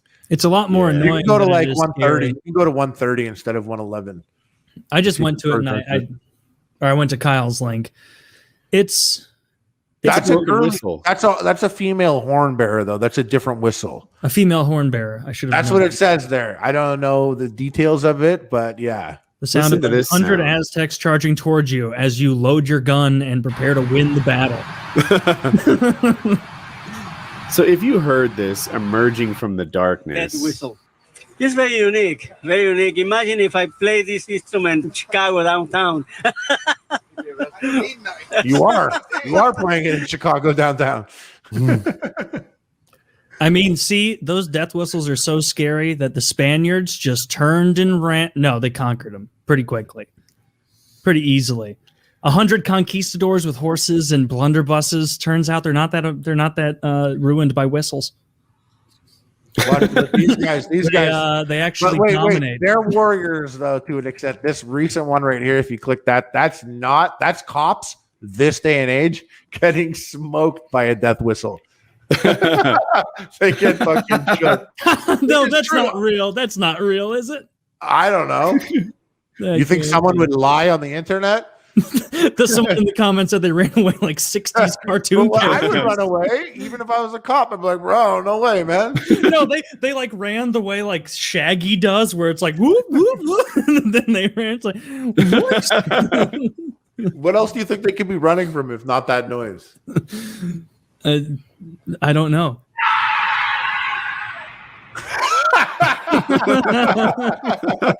If those are real cops, then we just figured out the perfect way to commit crimes. The cop is horrified of the Aztec death whistle. I can't believe you had one, Woody. It's so funny. I was like, I'm going to buy an Aztec death whistle. Now I just don't want to get like some Wish Aztec death whistle that sucks. I think that I got it from Amazon. The Jew harp was tough. How do you play a song with one note? I never even heard of the Jew harp. I don't claim That's this. gotta be more than one note. It's called a jaw harp or a Jew harp. People told me to buy one for the stream, but I've never actually played it. It's just one note.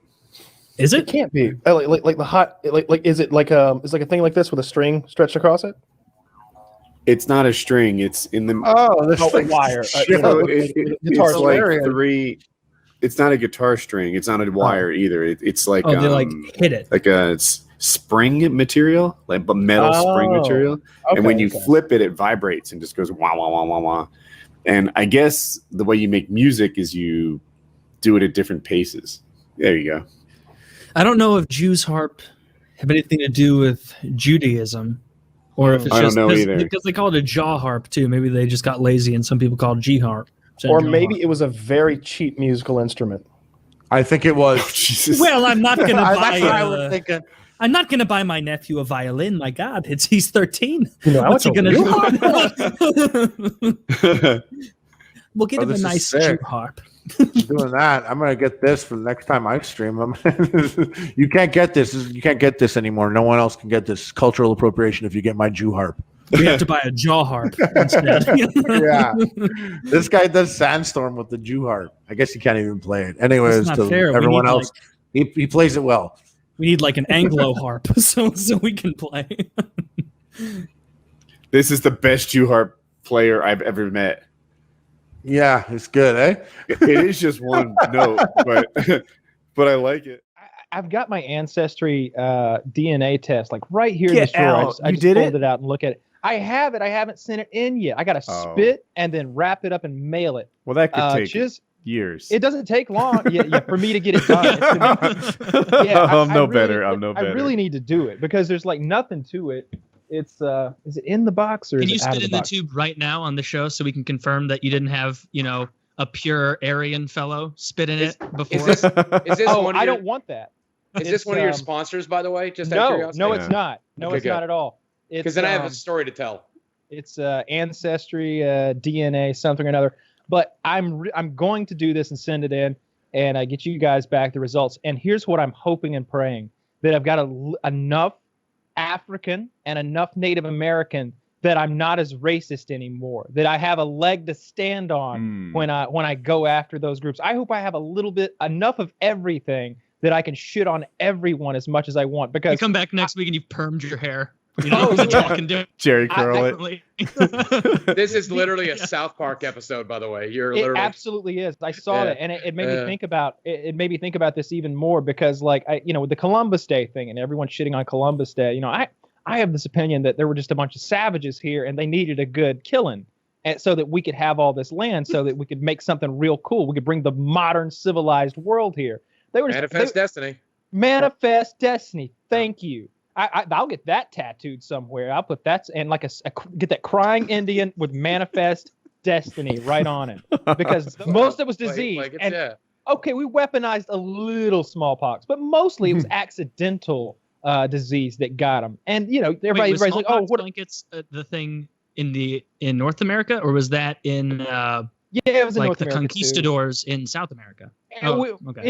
We always do it, you get it. Although the Conquistadors were Spanish, right? So the white man shouldn't take the brunt of that, I don't think. Like what happened to the South Americans, that's on Spain, but we don't see. There are no Spanish people who feel bad about that, Are right? Spanish people white? I feel like white's like Are shrunk Italian a little people bit. white? I don't even know.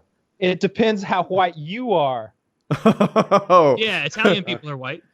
Okay, all right. So here's my Ancestry DNA story. So my brand manager, I'm not supposed to tell the story, but I want to tell it to your audience. This will be the first time I've ever told the story. So Ancestry DNA reaches out to me and they want to work with me. And so they send me the kit and I send in the kit, and me and my wife both do it. And then just before I get the results of my kit back, they back out of the deal because they don't feel comfortable with all of my content, which is fine. They may, this is why I'm not supposed to tell the story, because I guess this will burn the bridge finally, but that's fine.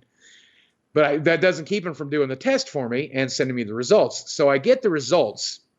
Now, my dad, my grandmother on his side, his grandmother, my great-grandmother, was pure blood Cherokee, meaning her son was half, and then dad would have been a quarter, so I should have been about an eighth.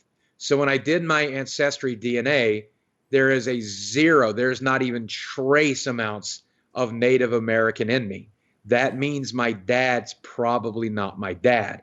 And now they'll tell you at Ancestry DNA, that's not exactly how DNA works. It doesn't guarantee that I would get any of the American Indian from my dad, but certainly in 99.9% of cases, there would at least be trace. But there was no trace Native American in me. And then you add to the fact that my mother was a fucking whore. Now, she didn't get paid for it, but she was a slut. She was an amateur whore. Right. And so then immediately, my conception story, my mom, did your parents ever tell you your conception story? No, like, apparently that's never just part of mom's abuse. But she looks at me one day and she's like, I knew that I'd fucked up with your brother, and I knew I'd fucked up with your sister, but I wanted one more baby, and I was getting to where I wasn't going to be able to have a baby again. And me and your dad had not been together since we had your sister. So I decided one night that I would get him good and drunk, and then I seduced him, and the next thing you know, I'm pregnant with you. Now, that's a load of horse shit, but I didn't know. I had no reason to suspect it, especially when she told me when I'm like 12 or whatever. And she's like, and that's why I always wanted to be good with you. That's why I always wanted to get you right. You're the one free chance I had, the one chance I had, And, of course, she's fucking, meanwhile, beat me like a pincushion and fucking me up sexually. But, but that means my mom is dead and my dad is dead. So I can't possibly find out who my father is. And if I wasn't a nihilist, this shit would fuck with me, but I think it's super funny. And so I'm like, I call Ancestry DNA. I call my brand manager back up and I'm like, dude, I've got a fucking story to tell. Tell this to the folks at Ancestry and ask them if they'll pay me to do it. He's like, I think they will with the next campaign, but this campaign's currently over. And I'm like, oh, shit. So I've sat on this for like 6 months or whatever.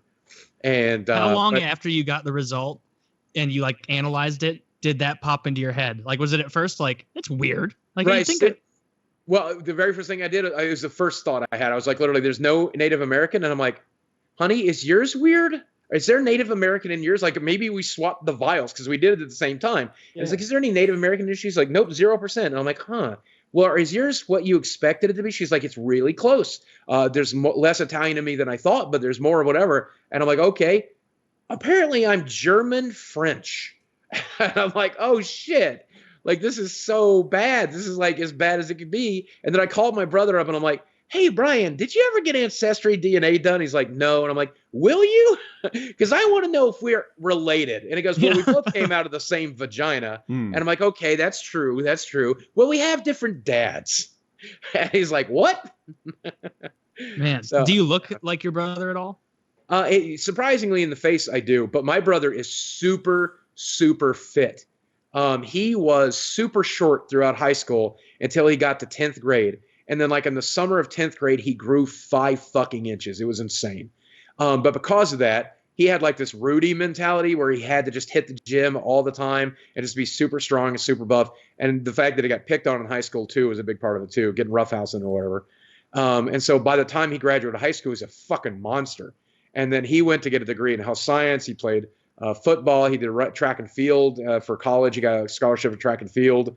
And then he's just always been in and out of the gym. And right now, he recently got a divorce, so he added like fucking 30 pounds of muscle mass. And it's so funny because 4chan, they were obsessed with me for a while. They discovered that my brother was fit, and they lost their fucking minds. And I'm like, we don't even have the same dad, assholes. I don't even know genetically, how similar we are. But my brother and my sister are a lot more alike than me or either of them. So we had a girl in my high school. We were doing a thing where they'd prick your finger and tell you your blood type. But we also got our parents' blood types, and it's like they genetically kind of work it all out. And in that class, I still remember her name. I won't dox her though. She learned that her dad wasn't her dad. Yeah, nice. Her blood like oh, with these two parents, then you have to. There's like a couple of options you could be, and that wasn't one of them. And it was just like, oh man. Exposed. I don't think they do that anymore at that high school. So it's a rough way to find out you're adopted. Yeah, in bio class in front of everybody. Yeah, that's rough. Like I think the only thing worse than that would be to find out that like you were a hermaphrodite or something, like, or you were like like there are some people who are born with both sexes, so they just have a little surgery immediately, and then they just, oh yeah, you're a girl from now on. If you found out that like there was something crazy about you, that's heavy stuff. I don't know if you want that in the school with the rest of your peers around and stuff. I mean, I think that most, like, I know that I've heard of what you're saying, where like you could find out that you have like XYY or XXY or whatever it is, where like your chromosomes are different, because that's an actual disorder. Don't you usually know? Don't like if you're breaking up. You're breaking up, Taylor. It does seem to be. Boogie might think it's him. Taylor. Yeah, I thought it was me. You're breaking up, Taylor. Oh, you might be better now. Your video's working. But I think there's a high like association. People who are hermaphrodites oftentimes, are one of those like girls who, they didn't get the parts they ordered. But yeah, not every time. I remember there was a girl on Howard Stern, and she was trying to tell them she had a penis, and Howard's like, "Come over here and show me. Come on, get back here." And she comes behind like his, he's in this like booth, like this corners type thing, and she takes her pants down and shows him. He's like, "Oh God, you're all woman, honey, but you need to lose some weight. You gotta lose some weight." And like Robin was a nurse and in the Navy and stuff, and so he's like, "Robin, you saw it. What do you?" She's like, "She's a woman. She's definitely a woman, but and they were just like, first of all, get on the treadmill, but you are." She's like, no, I have a penis. Like you couldn't convince this woman that she did not have a penis. I guess she just had a big clit or something, and she thought that was a cock. Well, how did she not like? Do you pee out of it? No.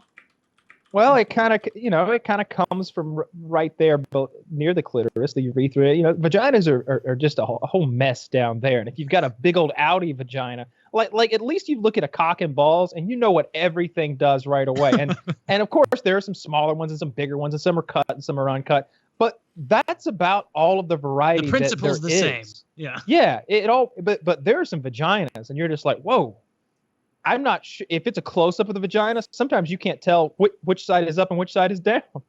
Like there are some fucked up pussies. That's why I tell women, like, you got to get that surgery. You got to get your pussy fixed. It's not a big deal. If I had an ugly pussy, I would definitely get that surgery, get that thing fixed. How ugly would your dick have to be for you to get something done about it? If I were uncut and I had one of those like anteater, really gross foreskins, I would 100% get circumcised as an adult. Like I would go through that very painful process that I've heard that you need to go through, because I've heard of guys for a number of reasons they get circumcised as an adult. Some just want the aesthetic. That's the minority. Some are converting to Judaism to get married to a Jewish woman, and that's like a requirement. And they're like, yeah, I have to get this done or I can't marry into this family. And some have this condition, I don't recall the exact name of it, but where the foreskin won't retract all the way, and it'll actually tear in some situations when the man becomes erect, and it makes them like not sexually functional, and so they have to get that taken care of. But I would do it for cosmetic reasons alone. Like if it just looked ugly, I'd have to get that taken care of. And by the same regard, like there's too much body acceptance in our modern society. Have you ever considered like having your scrotum ironed to get out those wrinkles? I iron it every week. I try to. I put the iron on low. I use the steam setting, but goddamn if it doesn't hurt. Have you ever seen anything for beauty? When we're using the rice cooker, I just knock out 2 birds with 1 stone. Dangle over those, baby. Have you ever seen a webbed vagina? Webbed vagina. What is? Oh, is this one of the hymen possibilities? Yeah, so basically there's a hymen possibility, and there's also the pussy lips growing together, which is very unlikely. But that has happened.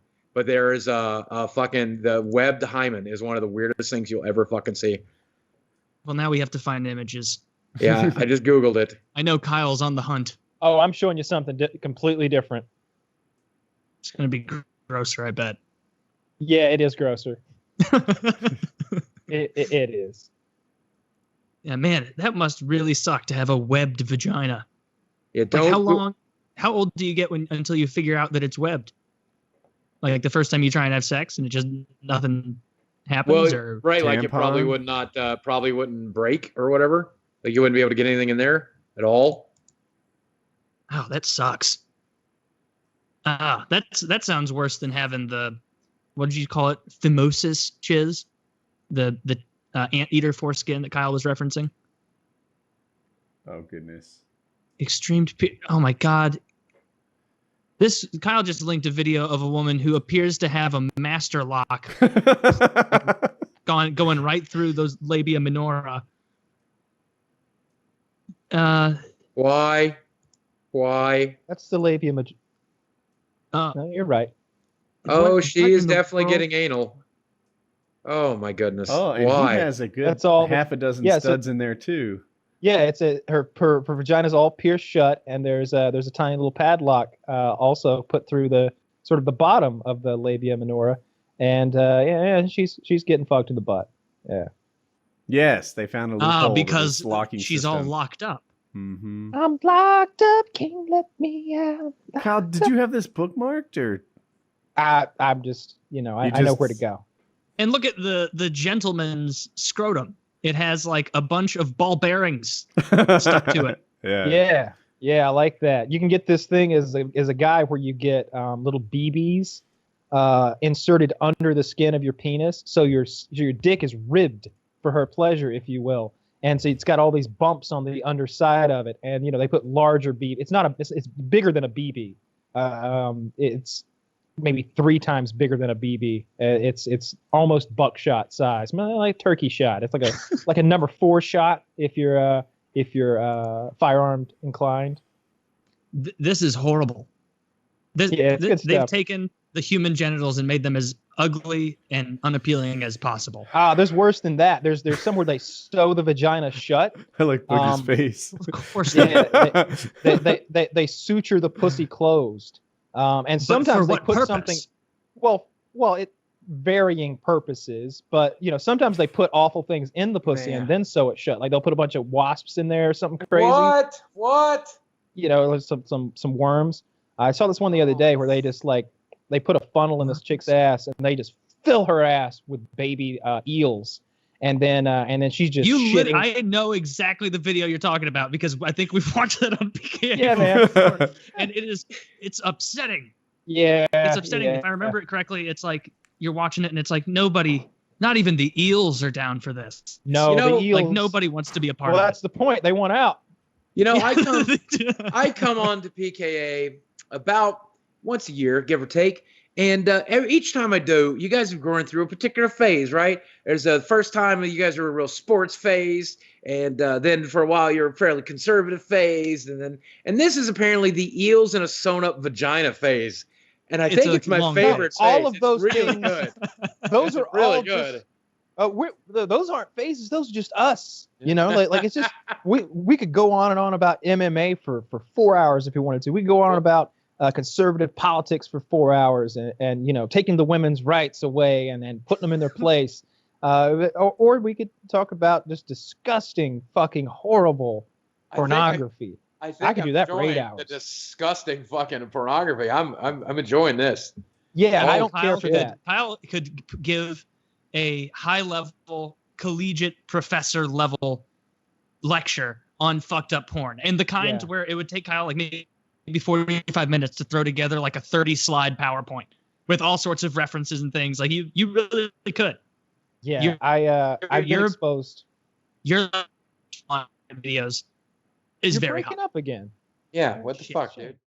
Now, I wanted to ask this because I think everybody knows that Australia started out as sort of a prison colony. How is that taught and represented and looked back upon in Australian education, in the Australian educational system? Oh, it's just we're taught it. Yeah, no, it's just like culturally, it's just a bit of a joke. Like if we tell English to fuck off. Like, is that how you spin it? But essentially, yeah. Like there's a lot about the discovery of Australia, and then I suppose the treatment of the Indigenous population, which is brutal. And you know, the early settlers and how difficult that they did it. Probably very similar to the discovery of America. I feel like it's different, and this is why. Whenever I hear about Australia's treatment of the indigenous population, it's like, oh, it's brutal. We made a huge mistake, etc. Whenever I and people I know think of our treatment about American Indians, it's more like, yeah, we fucked them up. They weren't nearly as good at fighting as we were, and that's why they lost.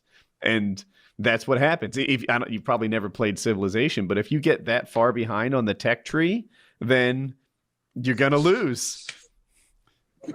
You know, we had guns and they had bows. Burn your fields. We're gonna fucking get your workers and bend them over. It's gonna be exactly. bad. We're gonna take your people, make them work for. This is what happens if one civilization falls too far behind the other one. Expect a domination victory. I like that. Yeah, or you can expect it. Doesn't necessarily make it great. You know, like, I'm very proud of it. You know what the funny thing about the Australians and their treatment? What happens when the aliens come, Woody? Then we're fucked. Yes, because they deserve it. Same rules apply. Clearly, to be honest with you, they're making guns, so they need the land. You know? No, we wheel out Jeff Goldblum and Will Smith, Windows 95, and it's game fucking over. Haven't you seen Independence Day? Exactly. Thank goodness the transfer protocols were compatible between our computers. Remarkable. Like, the odds of that. Mm-hmm. And, like, I don't know the yeah. I understand. Like, I'm just thankful that their operating system supported our executables because I didn't see that coming. As a guy with like 20 years in IT, I had no idea that the shit I was writing was that cross-platform. But sure enough, it runs on alien spaceships. I just imagine that massive room of NASA guys just like, please let them be on Windows 95 too. And when it starts sending, you know, they're just like, they should have went crazy at that moment. It fucking worked. Or if they turn on the alien computer and then the home screen is just those rolling green hills, just like the standard one on Windows. Yeah. The little pipe screensaver moving around everywhere. Yeah. That's I find it hilarious that's the bit of that movie that you found unrealistic. Dude, so I worked in IT at the time. Everybody came back talking about the incompatibilities of the transfer protocol. There's no way that they're compatible at layers 2 and 3 of the OSI model. Can't be. And this is that gigantic alien spaceship. There's no way that they would have had that computer program. Exactly. Yeah. Exactly. So I've got a couple things here. I'm mildly aware of how horrible you people were to your Aborigines, but I have a couple of facts here that I just wanted to make sure that I wasn't talking out of my ass. So apparently, it was legal to hunt the San, I guess, the Bushmen in South Africa until 1930s. Oh, that's South Africa. The same group of people, though. Really. Hang on, let me get down here. Aborigines were. This is what I wanted to get to. Aboriginals were not considered citizens of Australia until 1967, and some were regulated under the Flora and Fauna Law. 1967. Yeah, in the year like in 67. There were 12 teams in the NHL in 67, and they weren't even people yet. We were heading for the moon. Meanwhile, like they were still under the same law as cattle and roses.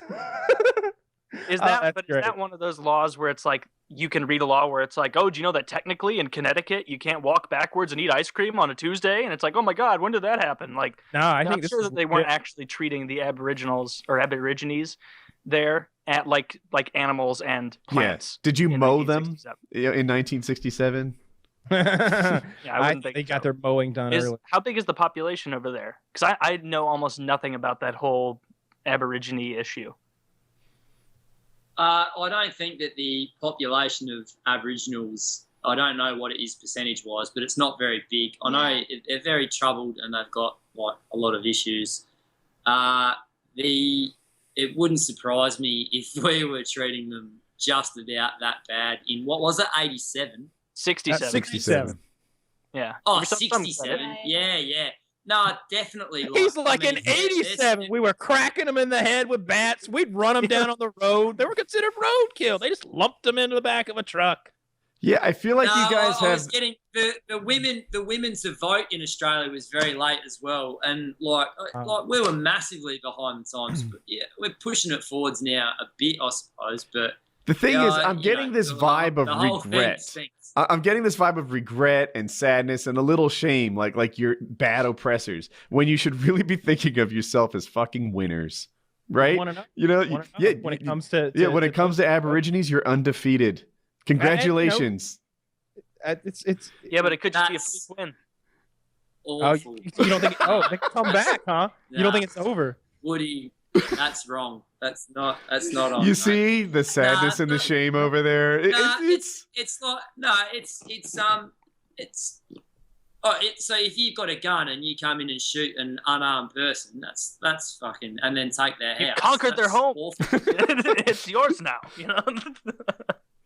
Too many computer games, boys. It's not. He's just trying to push. He's just trying to push you to the limit. Yeah. Have you ever seen Quigley Down Under? Quigley Down Under.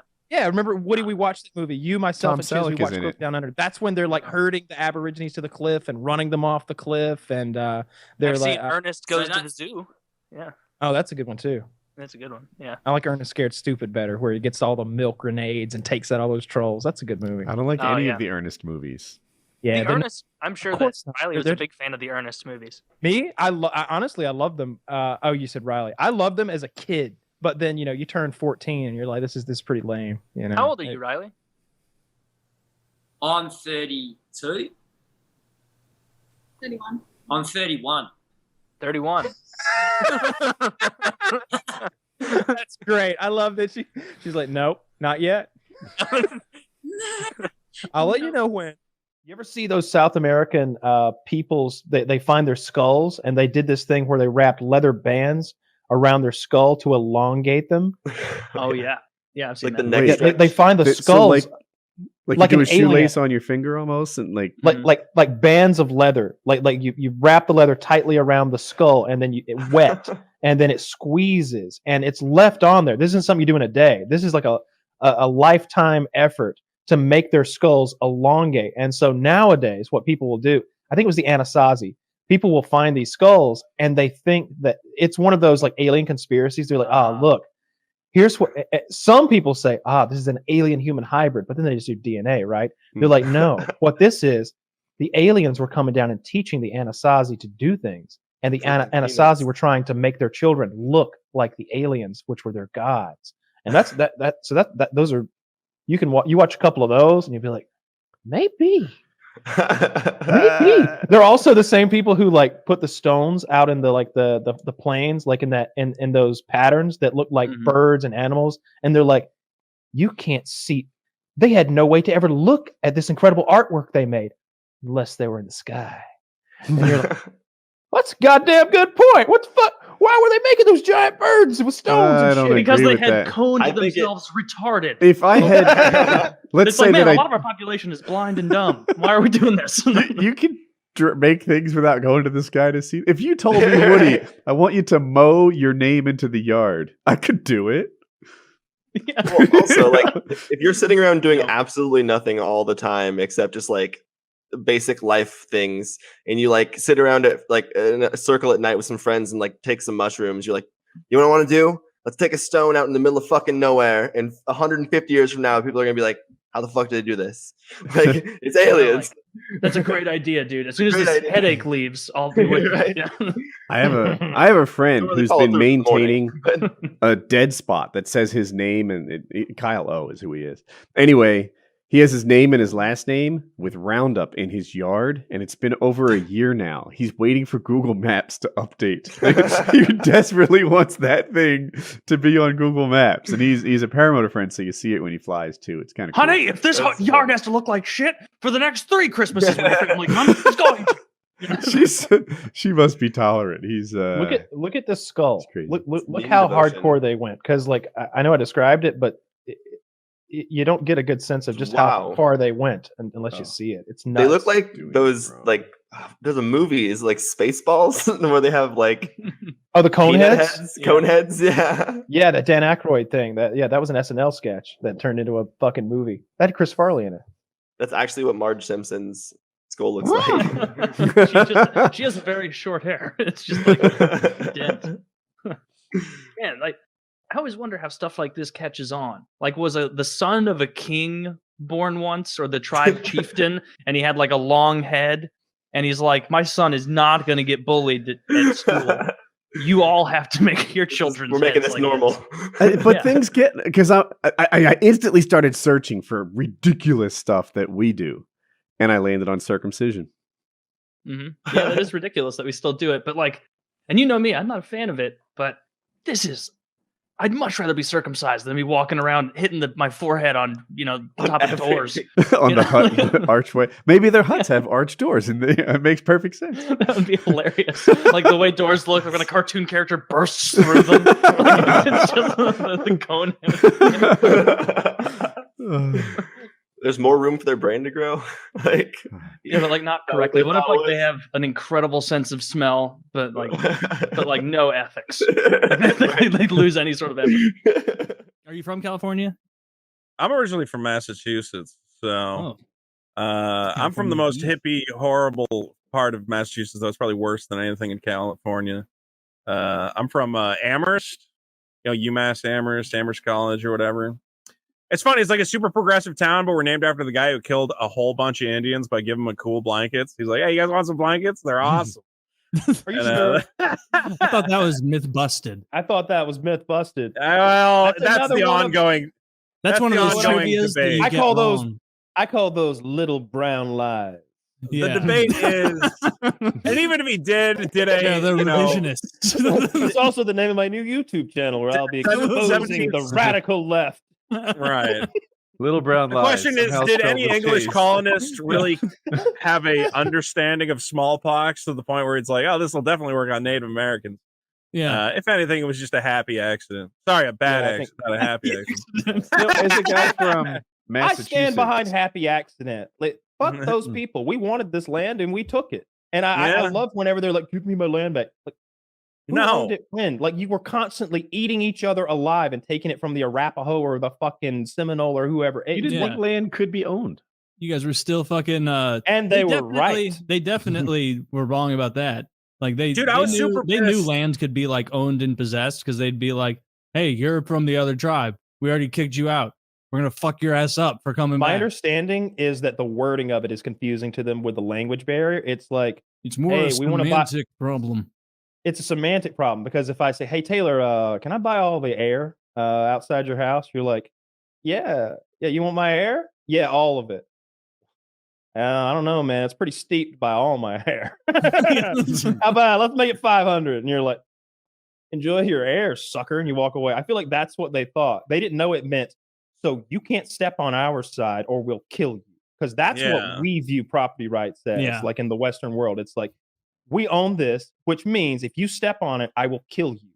And my friends will say, good job, and help me bury you because I've done right and killed a trespasser, which is the worst crime possible. Is it our fault that they love beads? Not ironically, that's how I feel. No, they just loved beads. That's what they it was. just loved beads so much that we're like, can we have that? They're like, no. We're like, what about this shit? And they're like, I mean, they were Stone Age, and so like I guarantee the first fucking like Spanish conquistador or whoever comes over and there's like, I'm gonna go offer him diamonds and rubies, and one guy who's smart is like, yeah, hold on here. We got little. How about we start with glass baubles? See if we can get them for that. And then they just go talk to. Look at these weaved pieces of cloth. Oh my God. Look at the colors. Look at the dye. The bright reds. You got a lot of blues here. I don't know about the red colors. You've seen those. And then like the one chief is thinking he got a hell of a deal going back talking to his tribe. And who's when they bought it from? It was in charge, right? Like. Imagine this, an alien comes down and he lands in Atlanta, Georgia, and he happens to see me coming out of a 7-Eleven. He's like, hey, I'll buy the city 20 million credits. And I'm like, yeah, give me the bag. I throw it in the back of my car and I go home. Yeah. And he goes back to Neptune. He's like, secured it. 20 million credits. First offer. Can you believe it? Yeah, we can move in next week. Their king was very nice. He was a very nice guy. I spoke to I mean, meanwhile, you're just how do you know he was the king? I asked him if he was the king, and he said yes. And he wouldn't lie about that. Yeah, I am totally the king. Just laughing. Here's the thing about like, dude, I can't feel bad for the Native American tribes anymore because I found out, you know, the one that's always like, we own Mount Rushmore. Give us back Mount Rushmore. And it's like, all right, guys, you're not getting back Mount Rushmore. Just get over it. They actually had, the government went, I think it was the 70s. They're like, you know what? We looked into the records. It was kind of fucked. We kind of forced you off the land, whatever else. How about we give you like, we've decided you are owed $30 million or whatever amount, some obscene amount of money. And the tribe said, we don't care. We don't want your dirty money. And the government said, no, you don't understand. Like, we've already decided. Here's $30 million. It will just sit in this bank account until you take it. And it's just been sitting there accruing interest for 50 years. And at this point, it's worth like, I don't know, $500 million. And the tribe, who has now been whittled down to like 12 idiots, is still like, well, I don't know. My job now is to marry a girl who's in that tribe and get that money. Like, that's my goal now. Can you imagine like needing a girl in the tribe? It's like Woody and Taylor, we're the tribal elders, and Woody just will not take the money. I'm a man of principle. And Taylor and I are like, come on, dude. It's like, it's $487 million. What are you gonna say? Greedy Indians? Like, they'll understand. Come on, chief stubborn ass. Let us have the money. We would take Woody on a fishing trip that he wouldn't come back from. No, put on this vest. It has lots of heavy beads on it. Push you into the sea. I mean, at this point, if you give me fishing vest, yes, do you want the rocks that look like a president, or do you want $500 million? I'd go, you know what? I think I can have more fun with the $500 million. Well, what? But I thought that mountain has your ancestors in it. They'll be fine. They're fine. Mount Rushmore was a dog shit piece of rock until we carved nice stuff into it to look at. It was shaped. It was already shaped like a head. That's why we chose it, and they had named it like the Great Elder Rock. And what did they do? Did they chisel it away and make it real good looking? Did they add four? Yeah, they didn't. Just a fucking rock that kind of, it was like looking at a cloud. You ever watch the History Channel special when it shows them doing it? They're out there rappelling down the face with these big drills. They look like boogers. Big, they're so little. Like hydro chiselers or something. There's like, well, it's so incredible. They got those faces into that mountain. So, dude, taking their mountain and then making it good, owned. Yeah. These people went 20,000 years and couldn't invent a fence. You think they're going to make Mount Rushmore? Yeah. Thank you. We were right about to get to that. That was next on our list. Yeah, that was next on the docket. Sell all our land for 3 beads, and then learn carving. Learn metallurgy. I saw a diagram, and it showed the first pilgrims. You know, the first Thanksgiving people that came over on the Mayflower or whatever, and it has all the. It's a diagram. It's a picture representing each family. So if it was just a single man, you just have the single man symbol, which he's got the hat and the belt buckle and the old musket. And then, but it depicts what all the families were. Oftentimes, you had 3 to 4 kids, and then it shows how many came and how many were there the next year. It grays out all the dead people. It was rough. That was, dude, the first almost winter, every family lost somebody. Every family. And what's most of them crazy is lost coming 2 over on the kids. boat. Over on the boat, we only lost like 1 person. Like the whole trip from fucking England over here, and everyone's like, "Hey, that went great." Normally, everybody gets scurvy, and we're gonna be awesome. As like, what's this winter shit though? It's just like boom, just knocked out like 70% of them. Yeah, they got pretty decimated. Were they in Massachusetts? Yeah, Plymouth Rock. Yeah. So Which apparently they had isn't landed in like Florida What'd or you say, South Taylor? Carolina if it would have gone better. I said apparently trivia? Plymouth Rock isn't even cool. Like No, it's just a it's normal wildly ass rock. uncool. They've got it indoors now, right? Dude, Plymouth Rock isn't even the rock they landed on. It was just a rock they liked. It's just a rock that they were like, I named this rock Plymouth Rock. Yeah, we like, landed 8 miles that way. It doesn't have any historical significance. It's not cool. It's not good. It's a tourist trap. Yeah, if you're gonna do that, we need to at least make They up a built better a history. building around it and charge tickets or something, right? Is it indoors? I thought it was. I think it's now outside in like a little pagoda or something. I thought I saw a picture of it on Reddit the other day, and it was like inside, so you could have to like walk past a velvet rope to take a look at the fucking thing. Like who would care? Who would do such a thing? Yeah, this is a dog shit rock. They're saying it's down to 1/3 of the original rock because they kept moving. Yeah. it around. Okay, I see. Okay. If they removed that and then just went and threw it in a big pile of rocks like 8 miles down the way, they couldn't recover it. They just have to get a new rock. That's how normal that rock is. That rock. They would just get a new rock. I hate that rock. What a dumb rock. I hate that rock. I want to go see it. I want to get a coffee cup that reminds me of the time I wasted my time. You get like an intense T-shirt. I survived Plymouth Rock. What's the best day at Plymouth Rock? I wasted my time at Plymouth Rock. My liege is great. That's such a good one. Underused. Yeah, that's what I want. That's what I want. I want to be. I don't wait. No, referred to is as that my a liege. title, or does my liege mean like person I am like beholden to? Like I to go believe fight? it's the latter. I believe it's the latter. I You believe could be a like liege lord. I think that's the name of a magic card. Yeah, a liege lord is like someone who has medieval authority over you, for sure. Yeah. Well, I mean, Filthy brings up a good point in that the second you take the armor off, the illusion's going to be shattered. So you're going to have to be prepared to live. I'll have by that, but that'll be like lunchtime. By then, I'd have long gotten bored and either left or slaughtered them. And they're like, wait, you were going to tell us about antibiotics. And you're like, I'm bored. I'm bored. You guys are living in bullshit little huts. I thought I was going to be I'm king of nothing. Wait, can you make another one of those Twinkies from Magic? You asshole, that was my pocket. Yeah. I only had It'd one. be your empire of dirt. Yeah, I would get bored by lunchtime and either just abandon them or slaughter them, one way or the other. I just kind of like the idea of bullying some savages, I guess. And there's that one little group of them left that's kind of bullyable because they're assholes. It's not getting off your bucket list. Bully some savages. They're running out of savages. There's so few savages to bully. There was a time when if you were a Spaniard in your prime and maybe your dad had a little cash and you had a little sway with the queen, you could get yourself a fucking boat and you could. And they were using Woody's solution to disease too. The Spaniards. Oh, the bullying those conquistadors put down. They were the best at bullying, I would say. You think so? There've been a lot of good bullies throughout history. I think that I think the conquistadors were the greatest bullies of all time, or at least the Spanish. Pretty good. The Spanish, they were pretty good bullies. And the Inquisition too, all right? Spaniards, then it's just a win. I think the conquistadors alone. They thought that when the conquistadors showed up on those horses with the armor and everything, they thought it was one being. They didn't differentiate between the horse and the man riding it because they'd never seen a horse or. They didn't see him like hop off.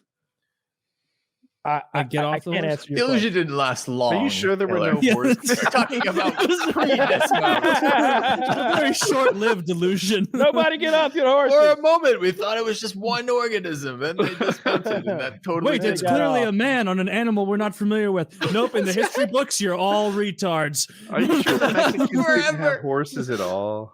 I don't think they had. No, there were no horses. I'm pretty sure there were no horses, and so here's. I think it's gone back and forth. I think that there were horses in North America, and then they went extinct, and then we brought horses back to North America. So I think at the time of the Indians, for example, or the American savage, as I like to refer to them, there were no horses. I'm pretty sure that all the horses that the American savage interacted with, like, during the Wild West and such, were horses that had been brought over by Europeans. You know, Heard I that, never looked occasionally into it. finish my time on PKA and find that some of the things said here were not true. I don't think that's right. What? Yeah. I think that's the first not true apparently thing never that's been happened. said. Apparently, Prima Nocta is never happened? Yeah, apparently Have you it's all seen bullshit. Braveheart? Yep, yep. That's where they came up in a discussion of Braveheart somewhere. So I'm interested about this horse theory. Like, do you have any? Gibson wouldn't lie. Which part are you curious about? The part about them existing Yeah, in the North extinction America? of that. I've and never going heard that extinct? before. Yeah. I don't have a source like on hand as I sit here in this Yeah, I'm not saying that is necessarily one of the things that may turn out to be different. Sure I've just never heard that before. No, I'm pretty sure I watched a documentary about that. I'm sure Zach could correct me. real quick. Okay. Look, now I Googled it. The first 6 links said it was a myth, but the 7th one said that it might have existed. So suck it. I don't know about the Wait, extinction. he's talking about Prima Nocta, folks. Lately, he's not talking about the horses. I am talking about Prima Nocta. They can both be wrong. Okay. That's true. I'm aware. To be fair. First of all, I never said Prima Nocta was real. I was referring to the Mel I Gibson thought it was movie, real. which I view to be a historical document. It says right here that historians David Walker and Heckner McKinney said it might have existed. I mean, might. That's Prima all. Nocta. Again, Prima Nocta. I mean, if it existed, there'd be some. I mean, I imagine that we'd have some like historical complaint letters from people about the implementation of it. Like there was a huge riot over at Prima Nocta, and back then they just burned those letters. Scotland. Didn't read that shit. You kidding me? That's true, and the people who would be mad. Wife. I'm not gonna like sit here and like read your complaint letter. And also, like, do I care? And I'm gonna send you an angrily written letter. And also, I was just thinking right. they didn't know how to read, so they just have to draw a picture of the king like deep dicking their wife, and then put a frowny face on the top. Storm cloud, frowny face. I don't know what they're trying to tell me. I don't think they're too fond of me fucking their women. Just riding into town. No, killer. The interpretation of that would clearly be like they want me to make it rain from orgasming on their wife with my pills, right? That's just like bring down the thunder. They're saying. Like, all right, clearly they want some lock and load. Yeah, that's right. I want to know about the horses, Zach. Help me. Okay, I typed in, did Indians have horses? And the first thing says, horses were first introduced to Native American tribes via European explorers. All right, so it doesn't mention a previous extinction, just that they came over when Europeans brought them here. That is the question. Were there horses in North America long ago? And I believe the answer is yes, predating those Native Americans. I don't know what makes them so native. I don't get it. I don't get why we just picked a period of time where there's like a cutoff, right? There's a cutoff to being a Native American. Yeah.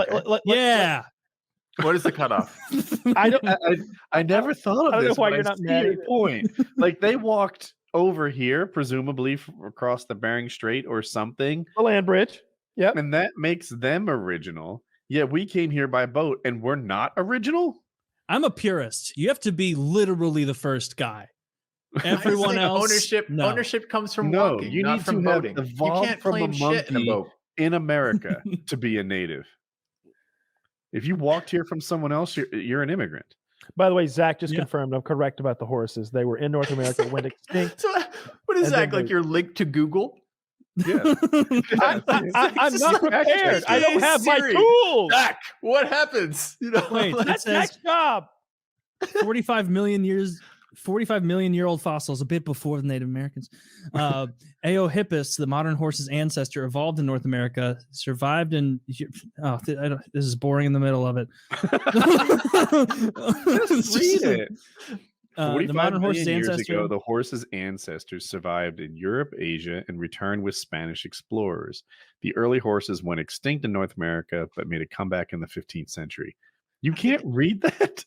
How can you spell so well, but not read? No, I can read it. I was saying that I lost my enthusiasm. I lost my enthusiasm for the horses because literally today's attention span. It was like you got like payload delivery. The important thing to remember here is that I was right.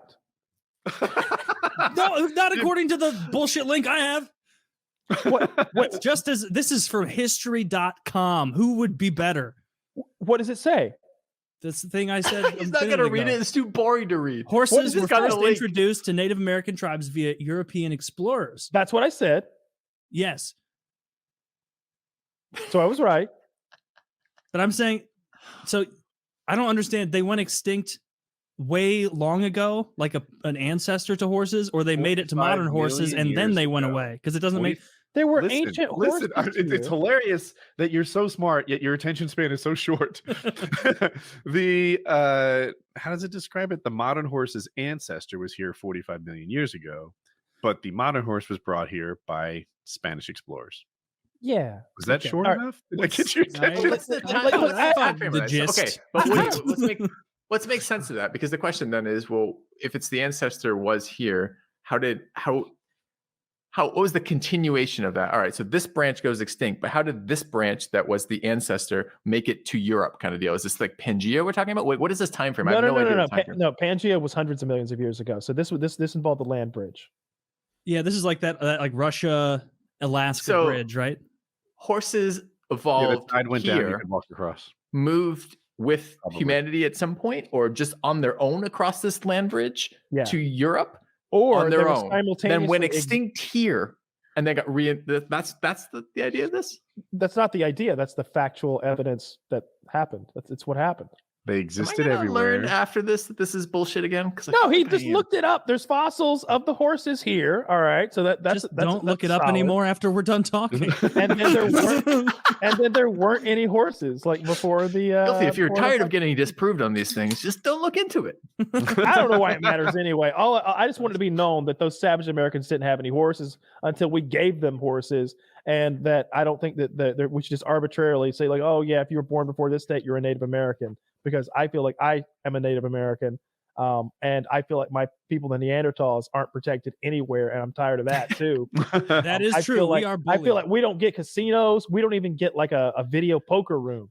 Like I'd be satisfied with that if you had enough Neanderthal blood. You can open a video poker room. Okay, maybe not a whole casino, maybe not a fucking Harrah's, but video poker rooms is done already. What should Neanderthals get? Neanderthals, something good. But all the good stuff's taken. I want to be able to sell brothels. Boom. Yes. Brothels. Savage Americans don't have brothels. Neanderthals could run brothels on their land. But you should have to be at least whatever percentage I am. I was gonna go with things like raw milk and warm eggs, but brothels is just a lot better. I think it is better than warm eggs. Warm eggs. It conjures the image of like the worst cooked diner egg ever. It's just like lukewarm and not really cooked. You know, it's a bit. No. You misunderstand. You misunderstand. Like there's certain groceries that like Americans do differently, and eggs are one of them. So we sell our eggs refrigerated, while nowhere else on the planet does. Would you like an egg? It's a hot hard-boiled egg. It's been in the car all day. No, it's not hot. They're not hot. They're just like room temperature. Got your hot eggs here.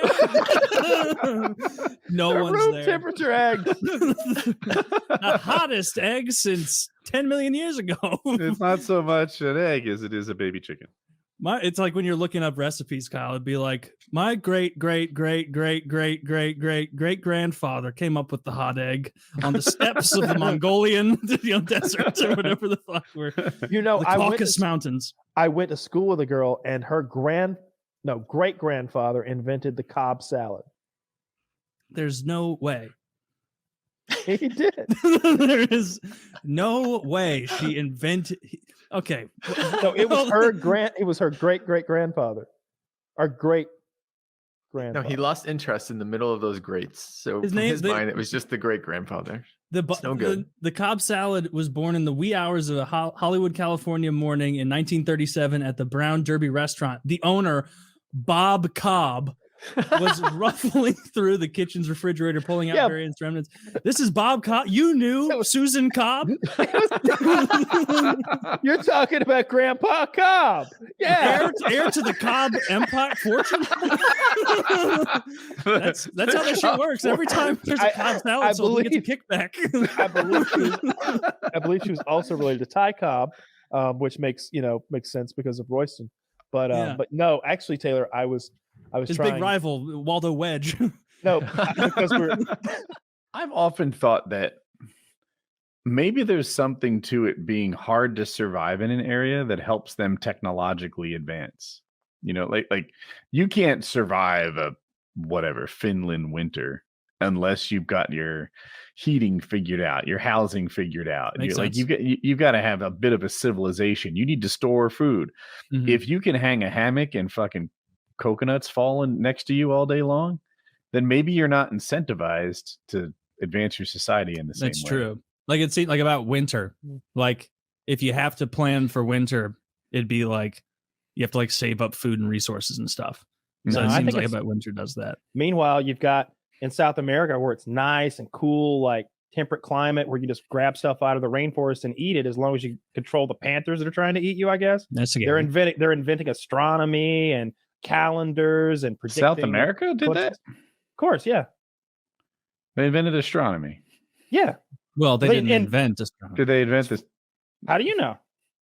Maybe they arrived at it on their own. You mean like they were not the first people to, discover like astronomy and all that? Wasn't that like the Middle East? I don't think we know who someone the in first Europe people were. navigated by the stars. Yeah, like every culture used the stars to navigate. But I'm sure they figured it out at different times. Well, I was just talking about like the Mayan calendar and how far back that went, and that's okay. They're utilizing the stars and stuff to do that. Yeah. And the sun at its like zenith or whatever from either side, right? They built those pyramids to like show things at certain days of the year with the shadows. Those pyramids are pretty new. I was just watching Ed March, C90 Adventures. He rides a tiny motorcycle. He went from like Alaska, across Canada, across America, then to Argentina. Right? Can you picture how long? Oh my God! Yeah. Right. That So sucked. along the way, he visits like this Aztec or Mayan temple. It's like a pyramid, and then he finds out the thing is like 150 years old, and he's British, so he's like, oh. Yeah, actually, my bedroom is older than this pyramid. All right. Yeah, so, it's like really because Oxford's been a university since the year 900. Like he may have found some pyramid they made for fucking tourists 150 years ago, but those pyramids go back thousands of years. Which one? Not according to a YouTuber I saw. Yeah, maybe not the one YouTuber. Yeah, Colin's doubting my historians. I mean, you watched the Mel Gibson movie. Yeah, Apocalypto. That was a good movie. Yeah. Oh, I was like, pretty hard. This makes sense.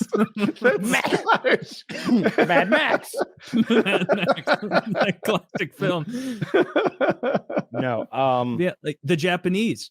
Isn't it like Japan's full of mountains and difficult weather and difficult terrain? Weren't they? They've been fucking with China for a very long time. Always trying to invade China. Always poking them. The Chinese invented paper, gunpowder, and maybe the game writing. You start with sailing, I think. Maybe writing. We probably don't know who invented writing. Like I feel like all the time they find some older thing. Here's the thing, though. If they invented paper, were they wiping their ass with it? Probably not first. They're probably writing on it. So I think the Chinese did all those things, and then, they did. Our poor ignorant ancestors were over there being pale and cold, very cold, very chilly. Cold. Yeah, that would suck. Just having months out of the year where it's like, there's still nothing to do, but now it's cold. I've completely disregarded all your contrary evidence, and I'm sticking with my view anyway. That harsh environments make for advanced civilizations. I think that's for hard people. I think that what's that whole thing where like the even the people you mentioned. necessity is the mother of invention. I think that if someone has a cold climate, that they will come up with a good way to deal with cold climates. I think if someone has a megafauna in their area, like big giant animals that are hard to deal with, they'll learn hunting tactics to like deal with that. But I don't think it necessarily makes them the best and brightest at all things. I don't think that the people who live in the cold, hard to live in place are going to be the best scientists because it's hard there.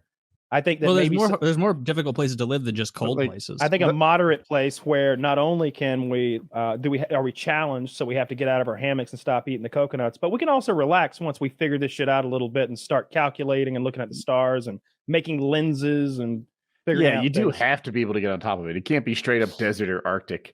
Yeah. The Mayans that you brought up as your example of an advanced technological civilization, didn't they get shot by the Spaniards and just beaten? Smallpox. They did get beaten pretty badly. Smallpox. Come on. You know what? You always go to the smallpox. I think muskets were part of it. Guns and horses were a big part of it. And smallpox. It decimated them. They didn't have vaccines. They didn't. You know what? Here's what I always wondered though. So we always talk about like how the white people brought the smallpox over to the West and would wipe out these indigenous peoples. Why didn't they have any diseases to like fuck up the white people? They probably did. I bet because there's going to be diseases everywhere, right? Like there must have been shit that like all the Europeans started getting. If they did, I guess not as intense. Maybe it was like a milder shit, but like. No, it would have happened if they did, right? We would have gotten, we got the, right? Don't go to Mexico, Montezuma's revenge. We'd go somewhere and they'd be like, oh yeah, there's yellow fever down there. But it's not like the Brits went back home with yellow fever and wiped out London. Like, I'm just curious why. Yeah, I have no idea. Yeah. No clue. Maybe the pathogen died on the boat. Well, Taylor solved it here. They're very seasick pathogens. They got, no Dramamine in that time for the pathogens. I don't care for it. I don't want that. Okay. Yeah, no, I don't know.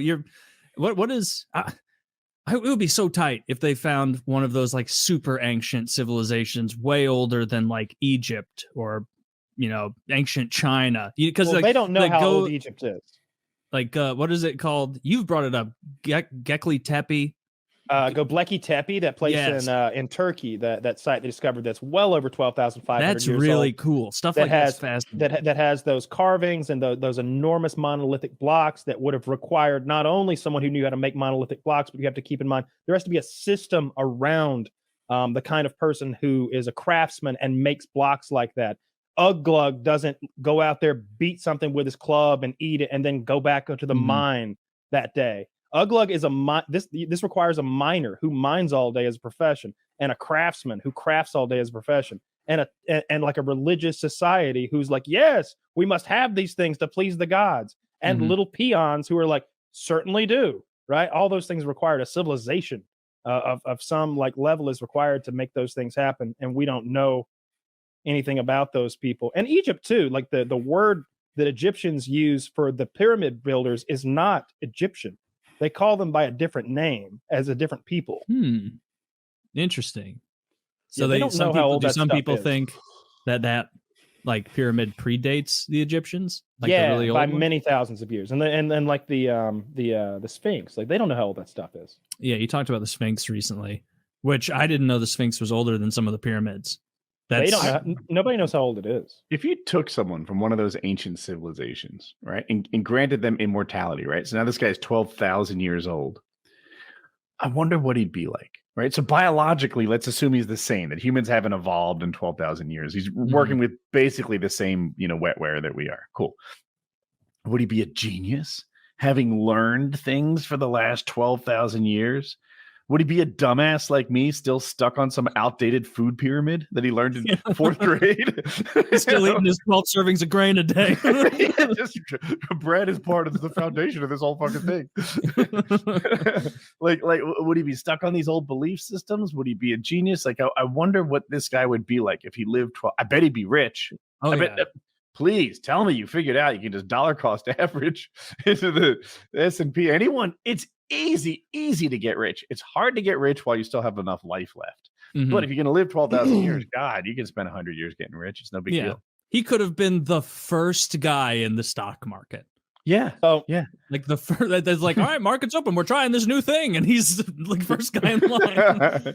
But I imagine someone like that would be unbelievably depressed.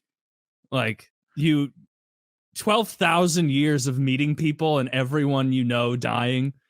Like that'd be horrible.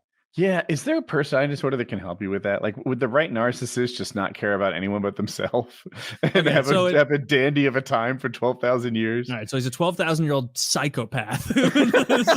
It's nothing but resentment for the rest of humanity. He's just looking forward to the day that we implode. So that movie I just linked is kind of the exact thing you're describing. And these guys are sitting around discussing it with some really good actors that I like all those actors. The Man from Earth. Yeah, it's that one of them is claiming to be many thousands of years old, and they're having a discussion about it. And by the way, Woody, I think all of those purchases that you mentioned, the Native Americans would disagree that it was a fantastic idea. Quote unquote Native Americans. Well, my God. I mean, it depends on which Native American tribe you're talking to. I was born the ones that conquered, the ones that used to live there, or the ones that got conquered by them. They said I heard something that made sense to me, like why they made such horrible deals, because they didn't see land as something you could own. Like land is just there. It's huge oversight. Yeah, right. Like, oh, you're giving me, say, tools, axes, saws, metal things, beads, whatever. They always make fun of the beads, and I give you land. It's like selling you air. Like you don't actually get anything. I keep They running didn't understand around the on concept of land ownership to the point where like then the person would be like, okay, now get the fuck out of here. wait. So they're surprised. They're like, wait, what? What do you mean? Like, I was under the land you're standing on. I was under the impression that I was ripping you off for your guns. And I'm sure that happened. Like I would have loved to. If people talk about all these time travel things, like, oh, I want to go back and see dinosaurs. The oxygen level would be such that I think you pass out right away. They eat you within hours, and there's bacteria back then that your immune system doesn't know anything about. You just die. You straight up die. Good luck finding water too. A cool time to go back to was when they made that first white man Native American deal for like a barrel of glass beads for 1 million acres of prime forest and fields. And then he was like, oh yes, we'll go right away. And then they were like, so get the fuck out. You can never be here again. And him coming to that realization, I just want to be a fly on that wall or a teepee or whatever the fuck. And see, and I want to see, remember the commercial where the Native American has that single tear? And you know that like they were riding to the meeting that day, like these fucking retards are going to give us guns for all the air above the land. Can you imagine the white man buying all the air above the land? Like bunch of fucking retards from across the pond. I get it though. Like, okay, they clearly made the bad call, but I can almost understand a society that has no concept of land ownership. Like, I get it. What if I sold my soul? Taylor, I'll give you my soul for $1 million. Afterwards, it's what do you like get? Nothing happened, right? Let's like, make it $1 million Charlie bucks instead, and you got a deal. 100 Stanley nickels, yeah. One made up thing for another, my friend. You're talking about land use. It's a little different in Europe. A lot of countries, UK and quite a few of them in the EU, have public access to lands, even if they're private. So, like, let's say you own like 1,000 acres in the forest, and it's your retirement home. If teenagers or whatever want to come camp on your land, you can't kick them out because everybody's considered to have free access to the land to enjoy nature, to camp, to hike, to whatever. Now they can't come within some number of feet of your house and they can't tear stuff up. But even farmers and stuff, they have to let people at least travel through their land or stay in it for a day if they're camping. A lot of places in Europe, I think UK is like that, but a few other places in Europe have similar laws. Unofficially, I feel like that it's America too. Now, I know it's not really, and that you can't go on people's land. Like, I get it. But if you own 2 acres and your house is on it, then I get it. I don't step a foot on your grass. That's your yard. That's your house. You know, it's trespassing. But if you own 20,000 acres, even though you own it, it feels kind of public resourcey. It's not. But that's how you get shot. We were always I really would not careful. do that. We were always really careful hunting about trespassing because, you know, if you're going to bump into anybody, they're going to have a gun, and nobody wants a gun battle at night in the woods, as cool as that might sound. So yeah, that was Kyle. I mean, then what do we do? Go back to their like, hey, so we shot this guy. He shot first though, because we were trespassing, you see, on his land because of shit. Yeah. That's fair, yeah. We really tried not to ever do that because you get in a lot of fucking trouble. And people people feel like that, like it. Not far from me are the woods, right? And somebody owns it. Yeah, but I feel like if you walked your dog on one of those trails that there's horses on those trails already because it's adjacent to a farm, then I don't know. It just doesn't feel like you're different committing people's any crime. property growing up had different like boundaries. It depended like how well I knew the person, and how the conversation would go if they were to like drive up right now and see me on their property. In some cases, it's just like, hey, and like they don't even stop and talk. They're just like, yeah, Kyle's over there doing a thing. I go mountain biking in the woods sometimes, not as much as I should, but whatever. And I want to be like, yeah, bro, but I've seen your horse go across my street in my yard a zillion times. So I'm mountain biking on yours. Is this not cool? Yeah, some people may not be. I think their horse is neat when I see it. I would probably ask for something like that. I don't know. Are you liable in Europe? Of course, I don't give a fuck when I'm riding my motorcycle through this like neighborhood. I'm just like, I'm loud. I don't care. I think I'm dealing with it. Not if it's super early, but like if it's like prime time, like if they should be up, like I'm not slowing down and putting through the neighborhood. I never really thought about it. We were talking about how ridiculous it was to take like the Cherokee Indians and the Seminole Indians, who were like Cherokee or Georgia, Seminole is Florida, and like make them walk to the fucking plains and try to live out there. Like, yeah, Indians are Indians, right? Y'all know how to live out here and do this shit, huh? Like those people were like, the Cherokees had been like hanging out with white people for so long, they were barely Indians anymore. And the Seminole lived in the fucking swamp in Florida. And they sent them to the plains with those scary ass Indians that raped and pillaged out there. Because they're like, no, but you're all on the same team, right? Yeah. Oh, you've been at war with one another forever, you say. Like, well, you're all in the same car that way. You ate his daughter. Well, y'all are neighbors now. Well, that's going to make for an uncomfortable wagon ride. Try to work that whole thing out. You've got a daughter, don't you? Maybe. He looks hungry. Yeah. And like carve out the worst places in Oklahoma. You're like, here you go. Like 80% of Oklahoma is protected reserve land, and I swear nobody talks about this. Have you guys been there? I haven't been there. Thank God I've not been to Oklahoma. Texas, not Oklahoma. Where the? I think what? Like federal land? Yeah, so I was in that area. I don't know if it was Oklahoma. I think it was though. Anyway, near Buffalo Mountain, and there were all these Indian reserves and stuff. And it's like these areas were broke, and it seemed like there was no opportunity to improve. Oh, they're incredibly impoverished, and they're in this system that they can't get out of, and they're genetically predisposed to all these issues that we've taken advantage of, like from alcohol to the high cholesterol foods, and we put them on those diets. We put them on that barren land where we could neither hunt nor grow crops, and so we fed them like government cheese, and there's this dish they eat where they take vodka, no, and fried bread. I can't tell if this is woke Kyle or sarcastic Kyle.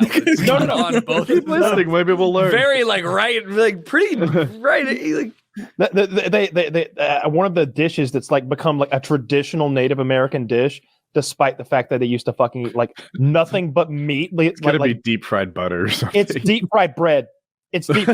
They eat donuts for dinner, lunch, and supper. Like it's basically deep fried bread. You're not getting a lot of nutrition with that. No, you get fat though. So but they if all have cholesterol too low, they got a solution. So they're impoverished, and there's no public works, of course, because they're like, yeah, you can have your own thing.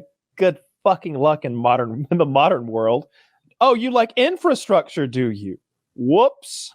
So it's not great. And the worst part, if we had agreed to the first contracts we signed with them, they'd still be there on land that has like minerals, oil resources, or is just a good place to be on a lake somewhere or something like that. Real estate, gold mine on a lake. But every time we noticed that, we're like, holy shit. We got those savages sitting on a literal gold mine, Bob. We just went in there and was like, yo, have you heard of Missouri? Have you heard of Missouri? You're heading north. Let's go. And just trucked them the fuck out of there. And just took it back. Pretty awful. Yeah. That's neither woke me nor sarcastic. That's historian Kyle. That's just the way that it works. That's just a group of people getting what they deserve. They say there's no karma. They say there's frontier no karma. Justice.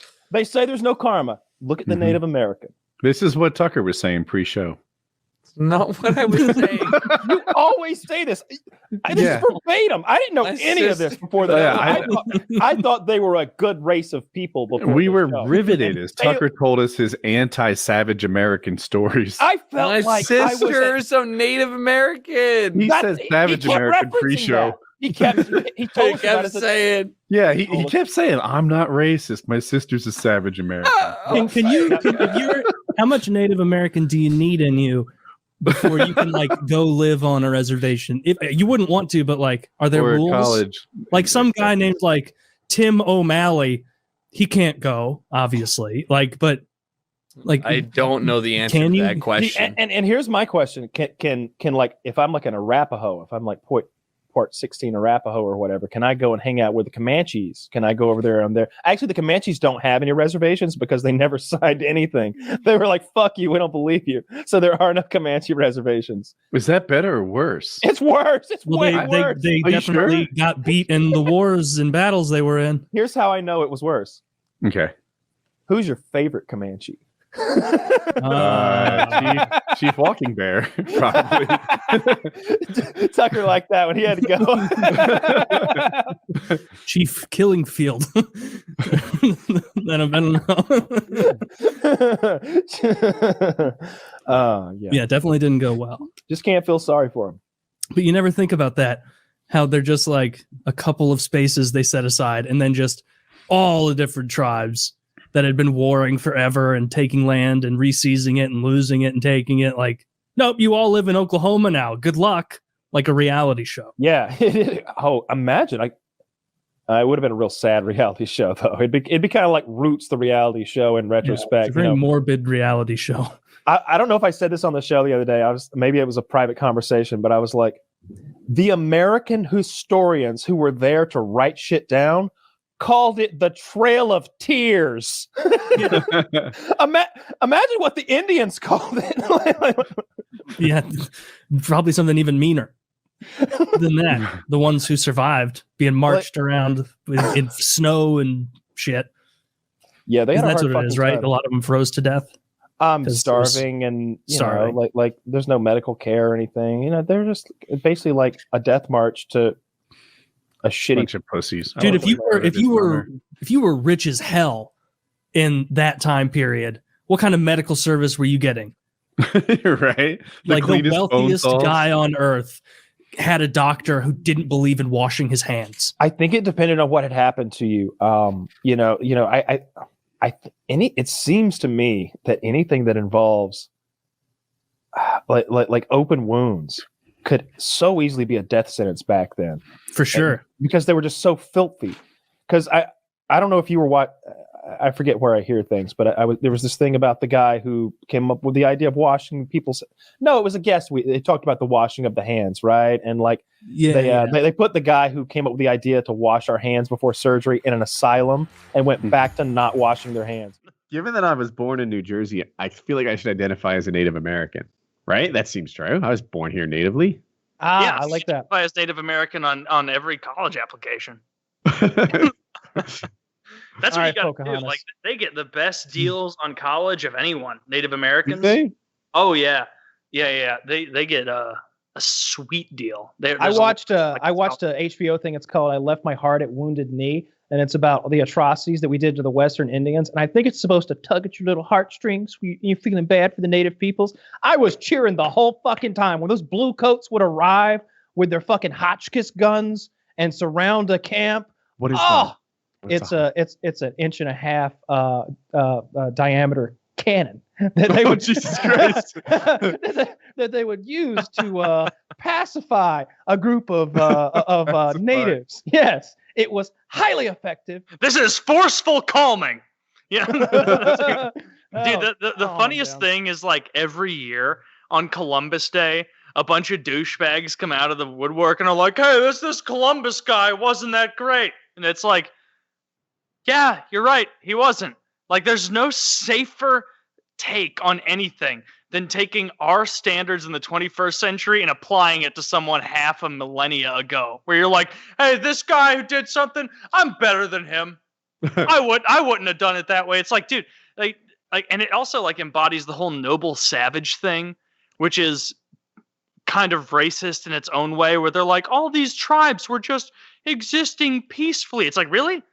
When the Aztecs like sacrificed tens of thousands of people ritualistically, and everyone who lived under them hated them, like that's what they were doing. You know, ritual cannibalism throughout much of the North America. Like, it really, like, like, at least to be honest with this, like, they didn't show up at some peaceful, you know, hippie commune and then start wrecking shit. It's like, no. Oh, okay. You know, no, we need to give this land back to the Cherokee. Okay, but the Cherokee need to give it back to the Sioux. Oh, and the Sioux need to give it back to the Blackfeet. Oh, but the Blackfeet need to give it back. Like, come on. Are Blackfeet like, even a thing, or are they just a hockey team? Yeah.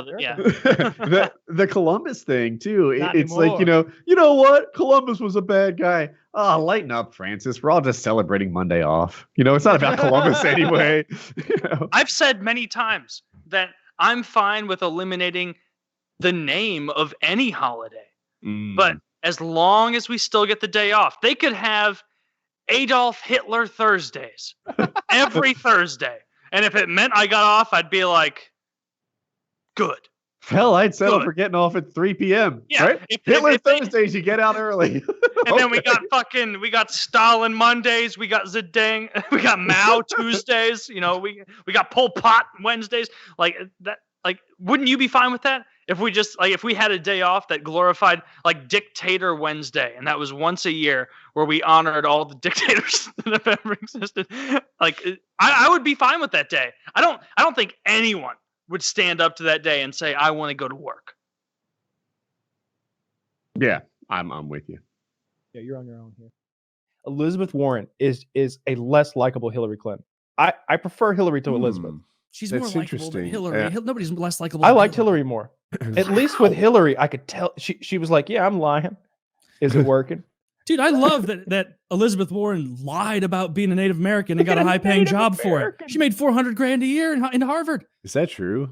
Yeah, she made $400,000 a year, and part of the reason she got hired is like I don't know about the numbers that. on that a little bit. I feel like that might require some fact checking. As much as I hate Elizabeth Warren, I feel like that may have been overblown, but she did lie about being a different race than she was. That's the bottom line. Can you imagine if Trump did that? I might be looking. Imagine if Trump lied. I'm actually black. Here's the thing. The only thing maybe it's just my bias coming through, but I'll put that out there. I don't know that she lied as much as she was wrong. As much if it was like a family sort of mythos type thing. Like, my mom says that on her side, she's a daughter of the Revolutionary Army. That's like a thing that she was around when somewhere in her family someone was here from way back when. I've always thought that to be true, although I don't know it to be true. But you wouldn't put it on a form. Well, okay, fair enough. But I just put it on the same sort of. She's like, yeah, we always thought we were Native. We have these high cheekbones, and when she said it, I was like, yeah, darn straight. She does have these like Native American looking cheekbones. She is so obviously white. I have been told throughout my life that I have a Cherokee lady great grandmother. Right? Everyone says it. I think if you look back, I believe it. I believe it to be true. I would never put that on a fucking form. I guarantee I would bet $1,000 cash that I am more Native American than Elizabeth Warren. But I would never put that on a form. I have a similar thing, and I agree because there's a family like rumor sort of scandal thing that one of my ancestors is Mexican. You know, right? There was a time when that was like you know, I don't know, like whatever. Like I'm some sort of. I don't know if I'm about to say something really racist. Like I'm part mudblood in some way. Like I'm bad. Is that? Yep, you did. Okay. So anyway, but now that's like not. Anyway, if I wouldn't put on a form, I just think it might be true, right? Like that's anyway. So that's a parallel. I'm ordering the 23andMe right now. Are you? It would be so funny if you ended up being like a 16th Native American and you win.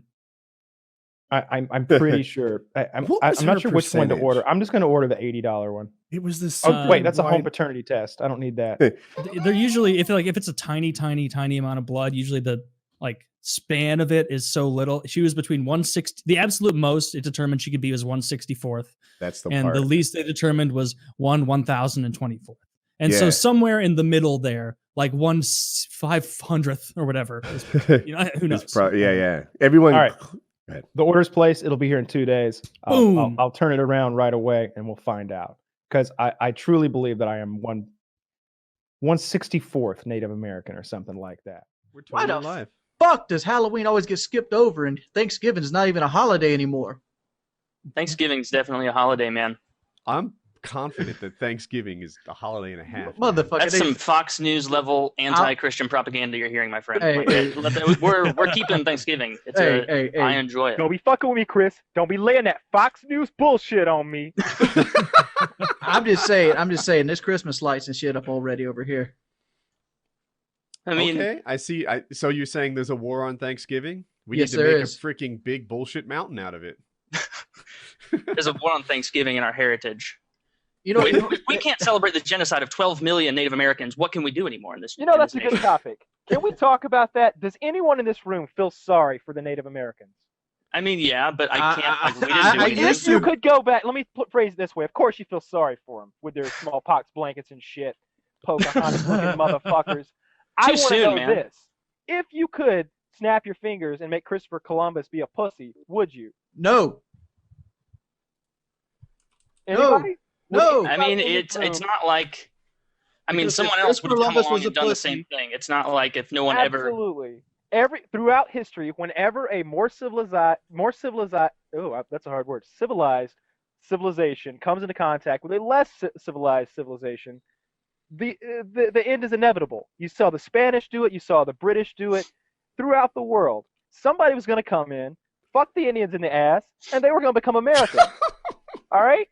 I don't think that's how it works. Yeah, man. but you didn't have to genocide them. Is that how we gave them the smallpox? Is that how we transmitted it?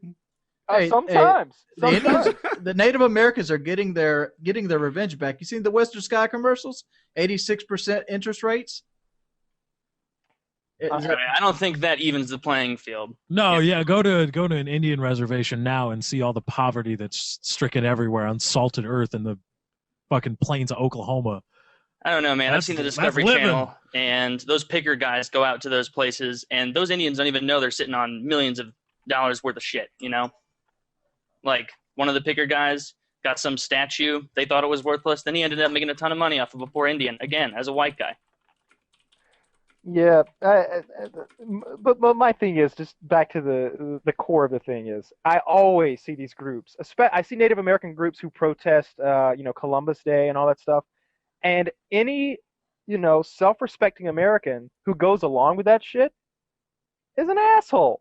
All right, is it okay to feel bad that bad things happen to those people? Of course it is. Bad things did happen to those people, but honestly, I think it was for the greater good for the planet.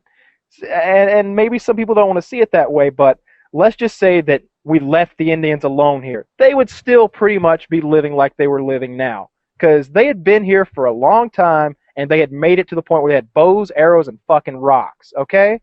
That's about as far as they were going to go.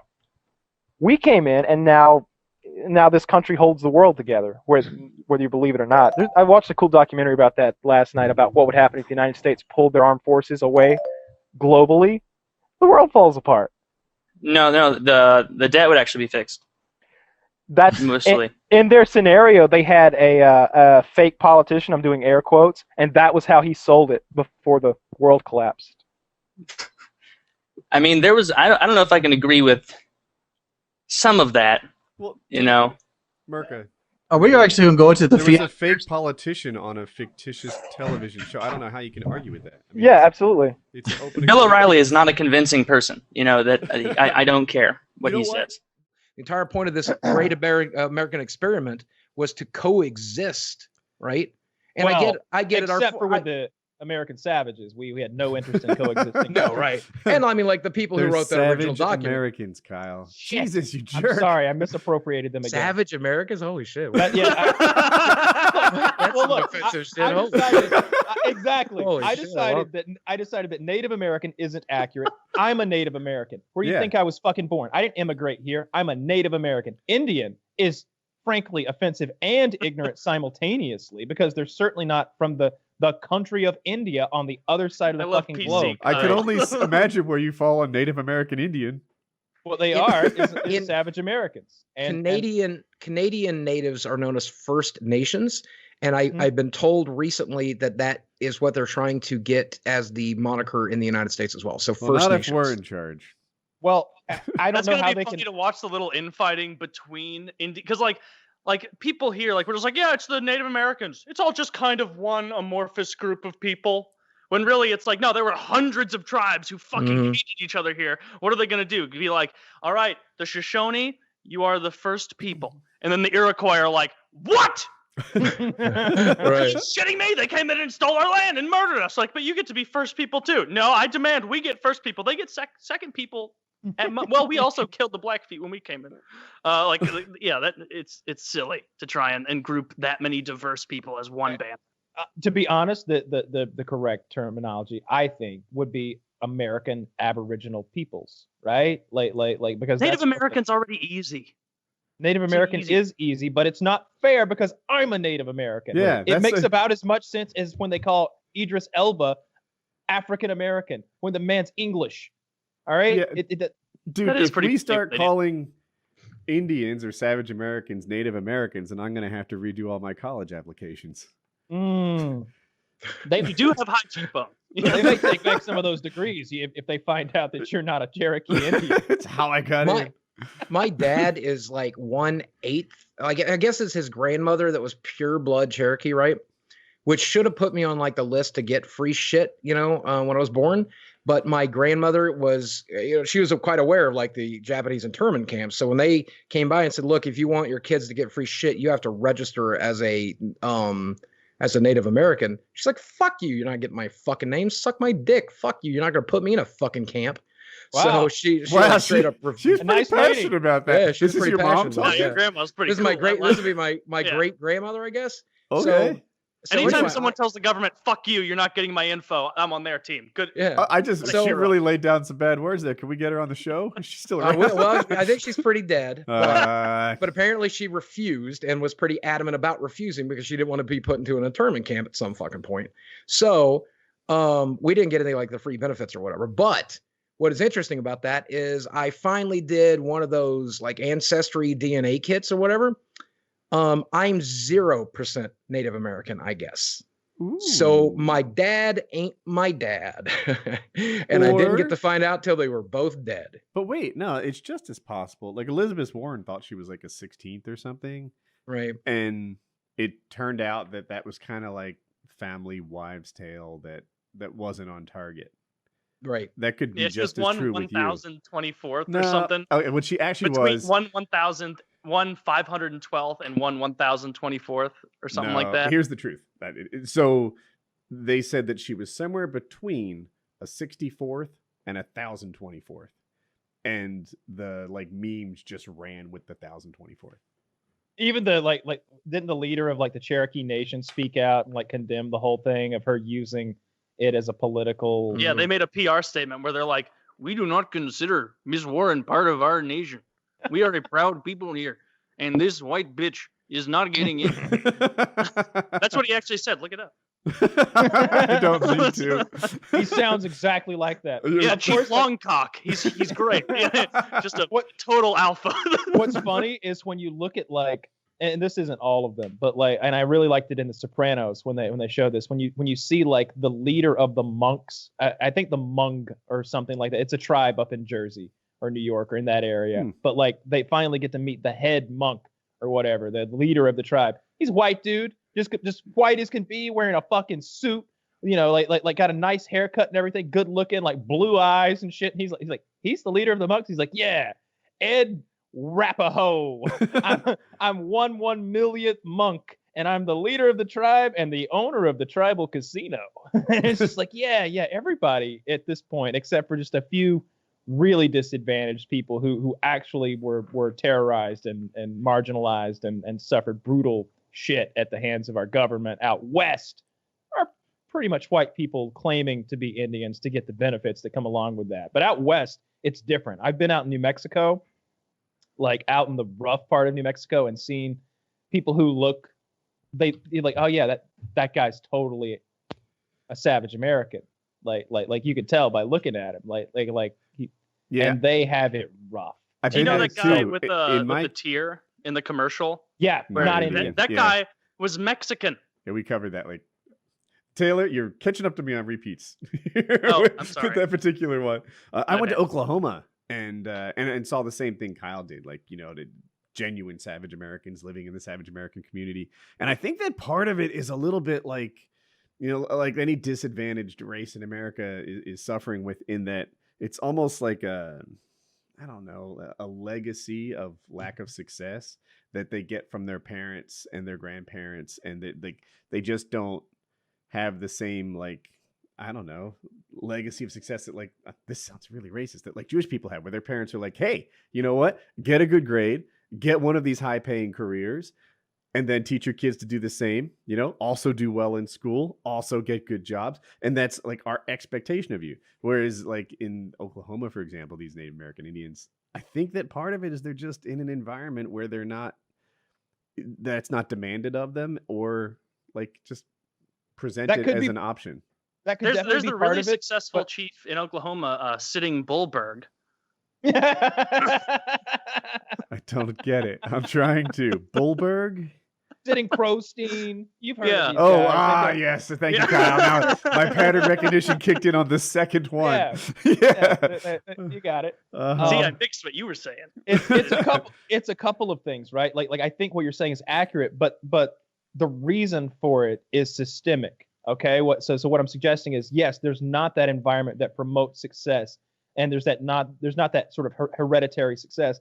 But I think that in some ways has been forced upon them by the reservation system, right? And I'm speaking specifically about the ones that are on reservations, right, and have, they lived off of that horrible government food that we would give them, that was basically like fried bread and government processed cheeses and tons of alcohol. And they genetically don't do very well with alcohol. And so we immediately make them very unhealthy as a people, right? Like we literally do, like tons of heart disease. Probably intentional by design. It was just the cheapest shit. Like at the time when we started feeding them that stuff, we didn't know much about health anyway. Makes more sense than the slow poison one. Yeah, it was whatever was cheapest was being shipped out to these reservations, and that's what we're putting them on. But then, if you look at the educational system on the reservation, right? You had a really nice school in Oceanside. Like I'm jealous when I hear about the stuff that you had access to. Ocean City, Ocean City. Like we had a tennis court, we had track and field, football, baseball, soccer, all of that shit. But you guys were next level. And I feel like the way that I look at the opportunities that you had at your high school, it pales in comparison to how someone who grew up on some Arapaho reservation out west looks at my high school. He's like, you had water? It's like, yeah, we didn't have to bring our own water to school. You could not drink the water in school. For people that haven't heard about my high school, real quick, high school was funded by real estate taxes. It was a resort town, so most of the homes were empty in the winter. They were just summer homes. So the ratio of money to people that lived there was really nice. If you did that, actually makes a lot of sense. I didn't. Not a lot of vacation homes out on the reservation. yeah, I get that. Yeah. So as much as we mock them because it's funny, like incredibly disadvantaged group of people because of a half a dozen factors, not the least of which is things the U.S. government did to them. How many Native Americans are there left? Right now? I know that try and find a white girl on any college campus in America who doesn't claim at least partial Native American ancestry, and I'll give you $1 million because you won't find it. Every white girl in America. If I ask her on campus, she will. Right. I'm gonna prep her. Actually, I'm 1/16th Sioux, so fuck you, and you can't prove me me wrong. I'm so pale you can't see my scars. You think I'm Native American Indian? That's true. Yeah, the red hair probably screws her. Yeah. But I will say, actually, I met a girl who claimed to be, I guess, First Nation is what she says. I'm like, are you Canadian? I don't know, but I met a girl, and she's like, well, she looked the part. She looked exactly the part. And then I'm like, well, what is your nationality exactly? She goes, well, I'm partially First Nations, but she's like, there's also some black in me and some, I forget what else she said, but she was, even though she looked almost perfectly like a Native American, she wasn't. Interesting. It was clearly the largest portion of her, though. I was talking to someone the other day about like South American people, and I was talking about like why I was like, well, basically they were South American Aboriginals, let's call them, like the Aztecs and many other tribes down there, and then the Spanish came in and they raped so much that they created the people that we think of today as Hondurans or El Salvadorians or Mexicans, even Cubans. Cubans were the Cubans that we know. Isn't that what mestizo means? I don't know. I'm not familiar with that. I think so. I Okay, went to go ahead. Sorry. Oh, you go ahead. I was just going to say, there was no such thing as a Cuban as we know them before the Spanish landed on Cuba and raped all of the Cuban Aboriginal peoples until they looked like they do now, right? I don't know how it got this way. In the Dominican Republic, I went there, and it's a surfing trip. So we go on the little, they pick us up from the airport, and the guy starts explaining the Dominican Republic to us.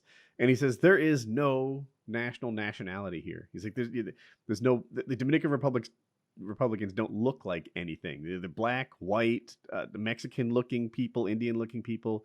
They're just a big old mix, and there's no way to identify someone who's been here forever. The very dark-skinned Dominican Republicans are almost always descendants of slaves, because the Dominican Republic was used as sort of a stopping point with the African slave trade. I never heard that. Okay. Yeah. If you go back, even though Haiti and the Dominican Republic are right next to each other, if you go to the Dominican Republic, it's like you described, where it's a lot of different mix of races. If you go to Haiti, it's like all black, because during their revolution, when they kind of kicked the French out, they didn't just kill all the colonizing whiteys. They also killed the mulattoes because they didn't see them as the same. And so that's why, even though they're on the same area, they're so close, they're wildly different in terms of, demography. Yeah. What about Jamaica? Did they have a similar thing there? Because I don't know. Because I have no idea. They had tons of slaves there for cane plants, sugar cane, right? I think. Yeah. It's not what I think of as Jamaican crops. No, I think well, you need something to eat when you're nice and stoned. You're making a lot of sense. There's munchy food. They go pot and Sometimes sugar. we don't even refine it. We just start munching on the sugar cane. Can you do that? What is raw sugar cane like? I don't think I've seen the plant. Yeah, I think you can chew it and like get the sweet liquid out of it, but you can't ingest it. Is it a hard green plant? Like a stalk? Yeah, it's like I think it looks like corn, and there's like stalks, like almost like a wheat-like stalk that comes off. That's so got like the inside is white. Yeah, yeah. From what I understand, there's a really relaxing video on YouTube about like making sugarcane. Oh god, I watched it like 3 or 4 times. It's so good. While like eating pixie sticks. Yeah, right. Like, oh yeah, I'm sure you watched that completely not on anything. You're like, yeah, fucking get that sugar. I like to Refine kick it. back and watch YouTube videos about I sugarcane. watch it jacked up on peanut butter cups, so that's about it. Yeah. Oh.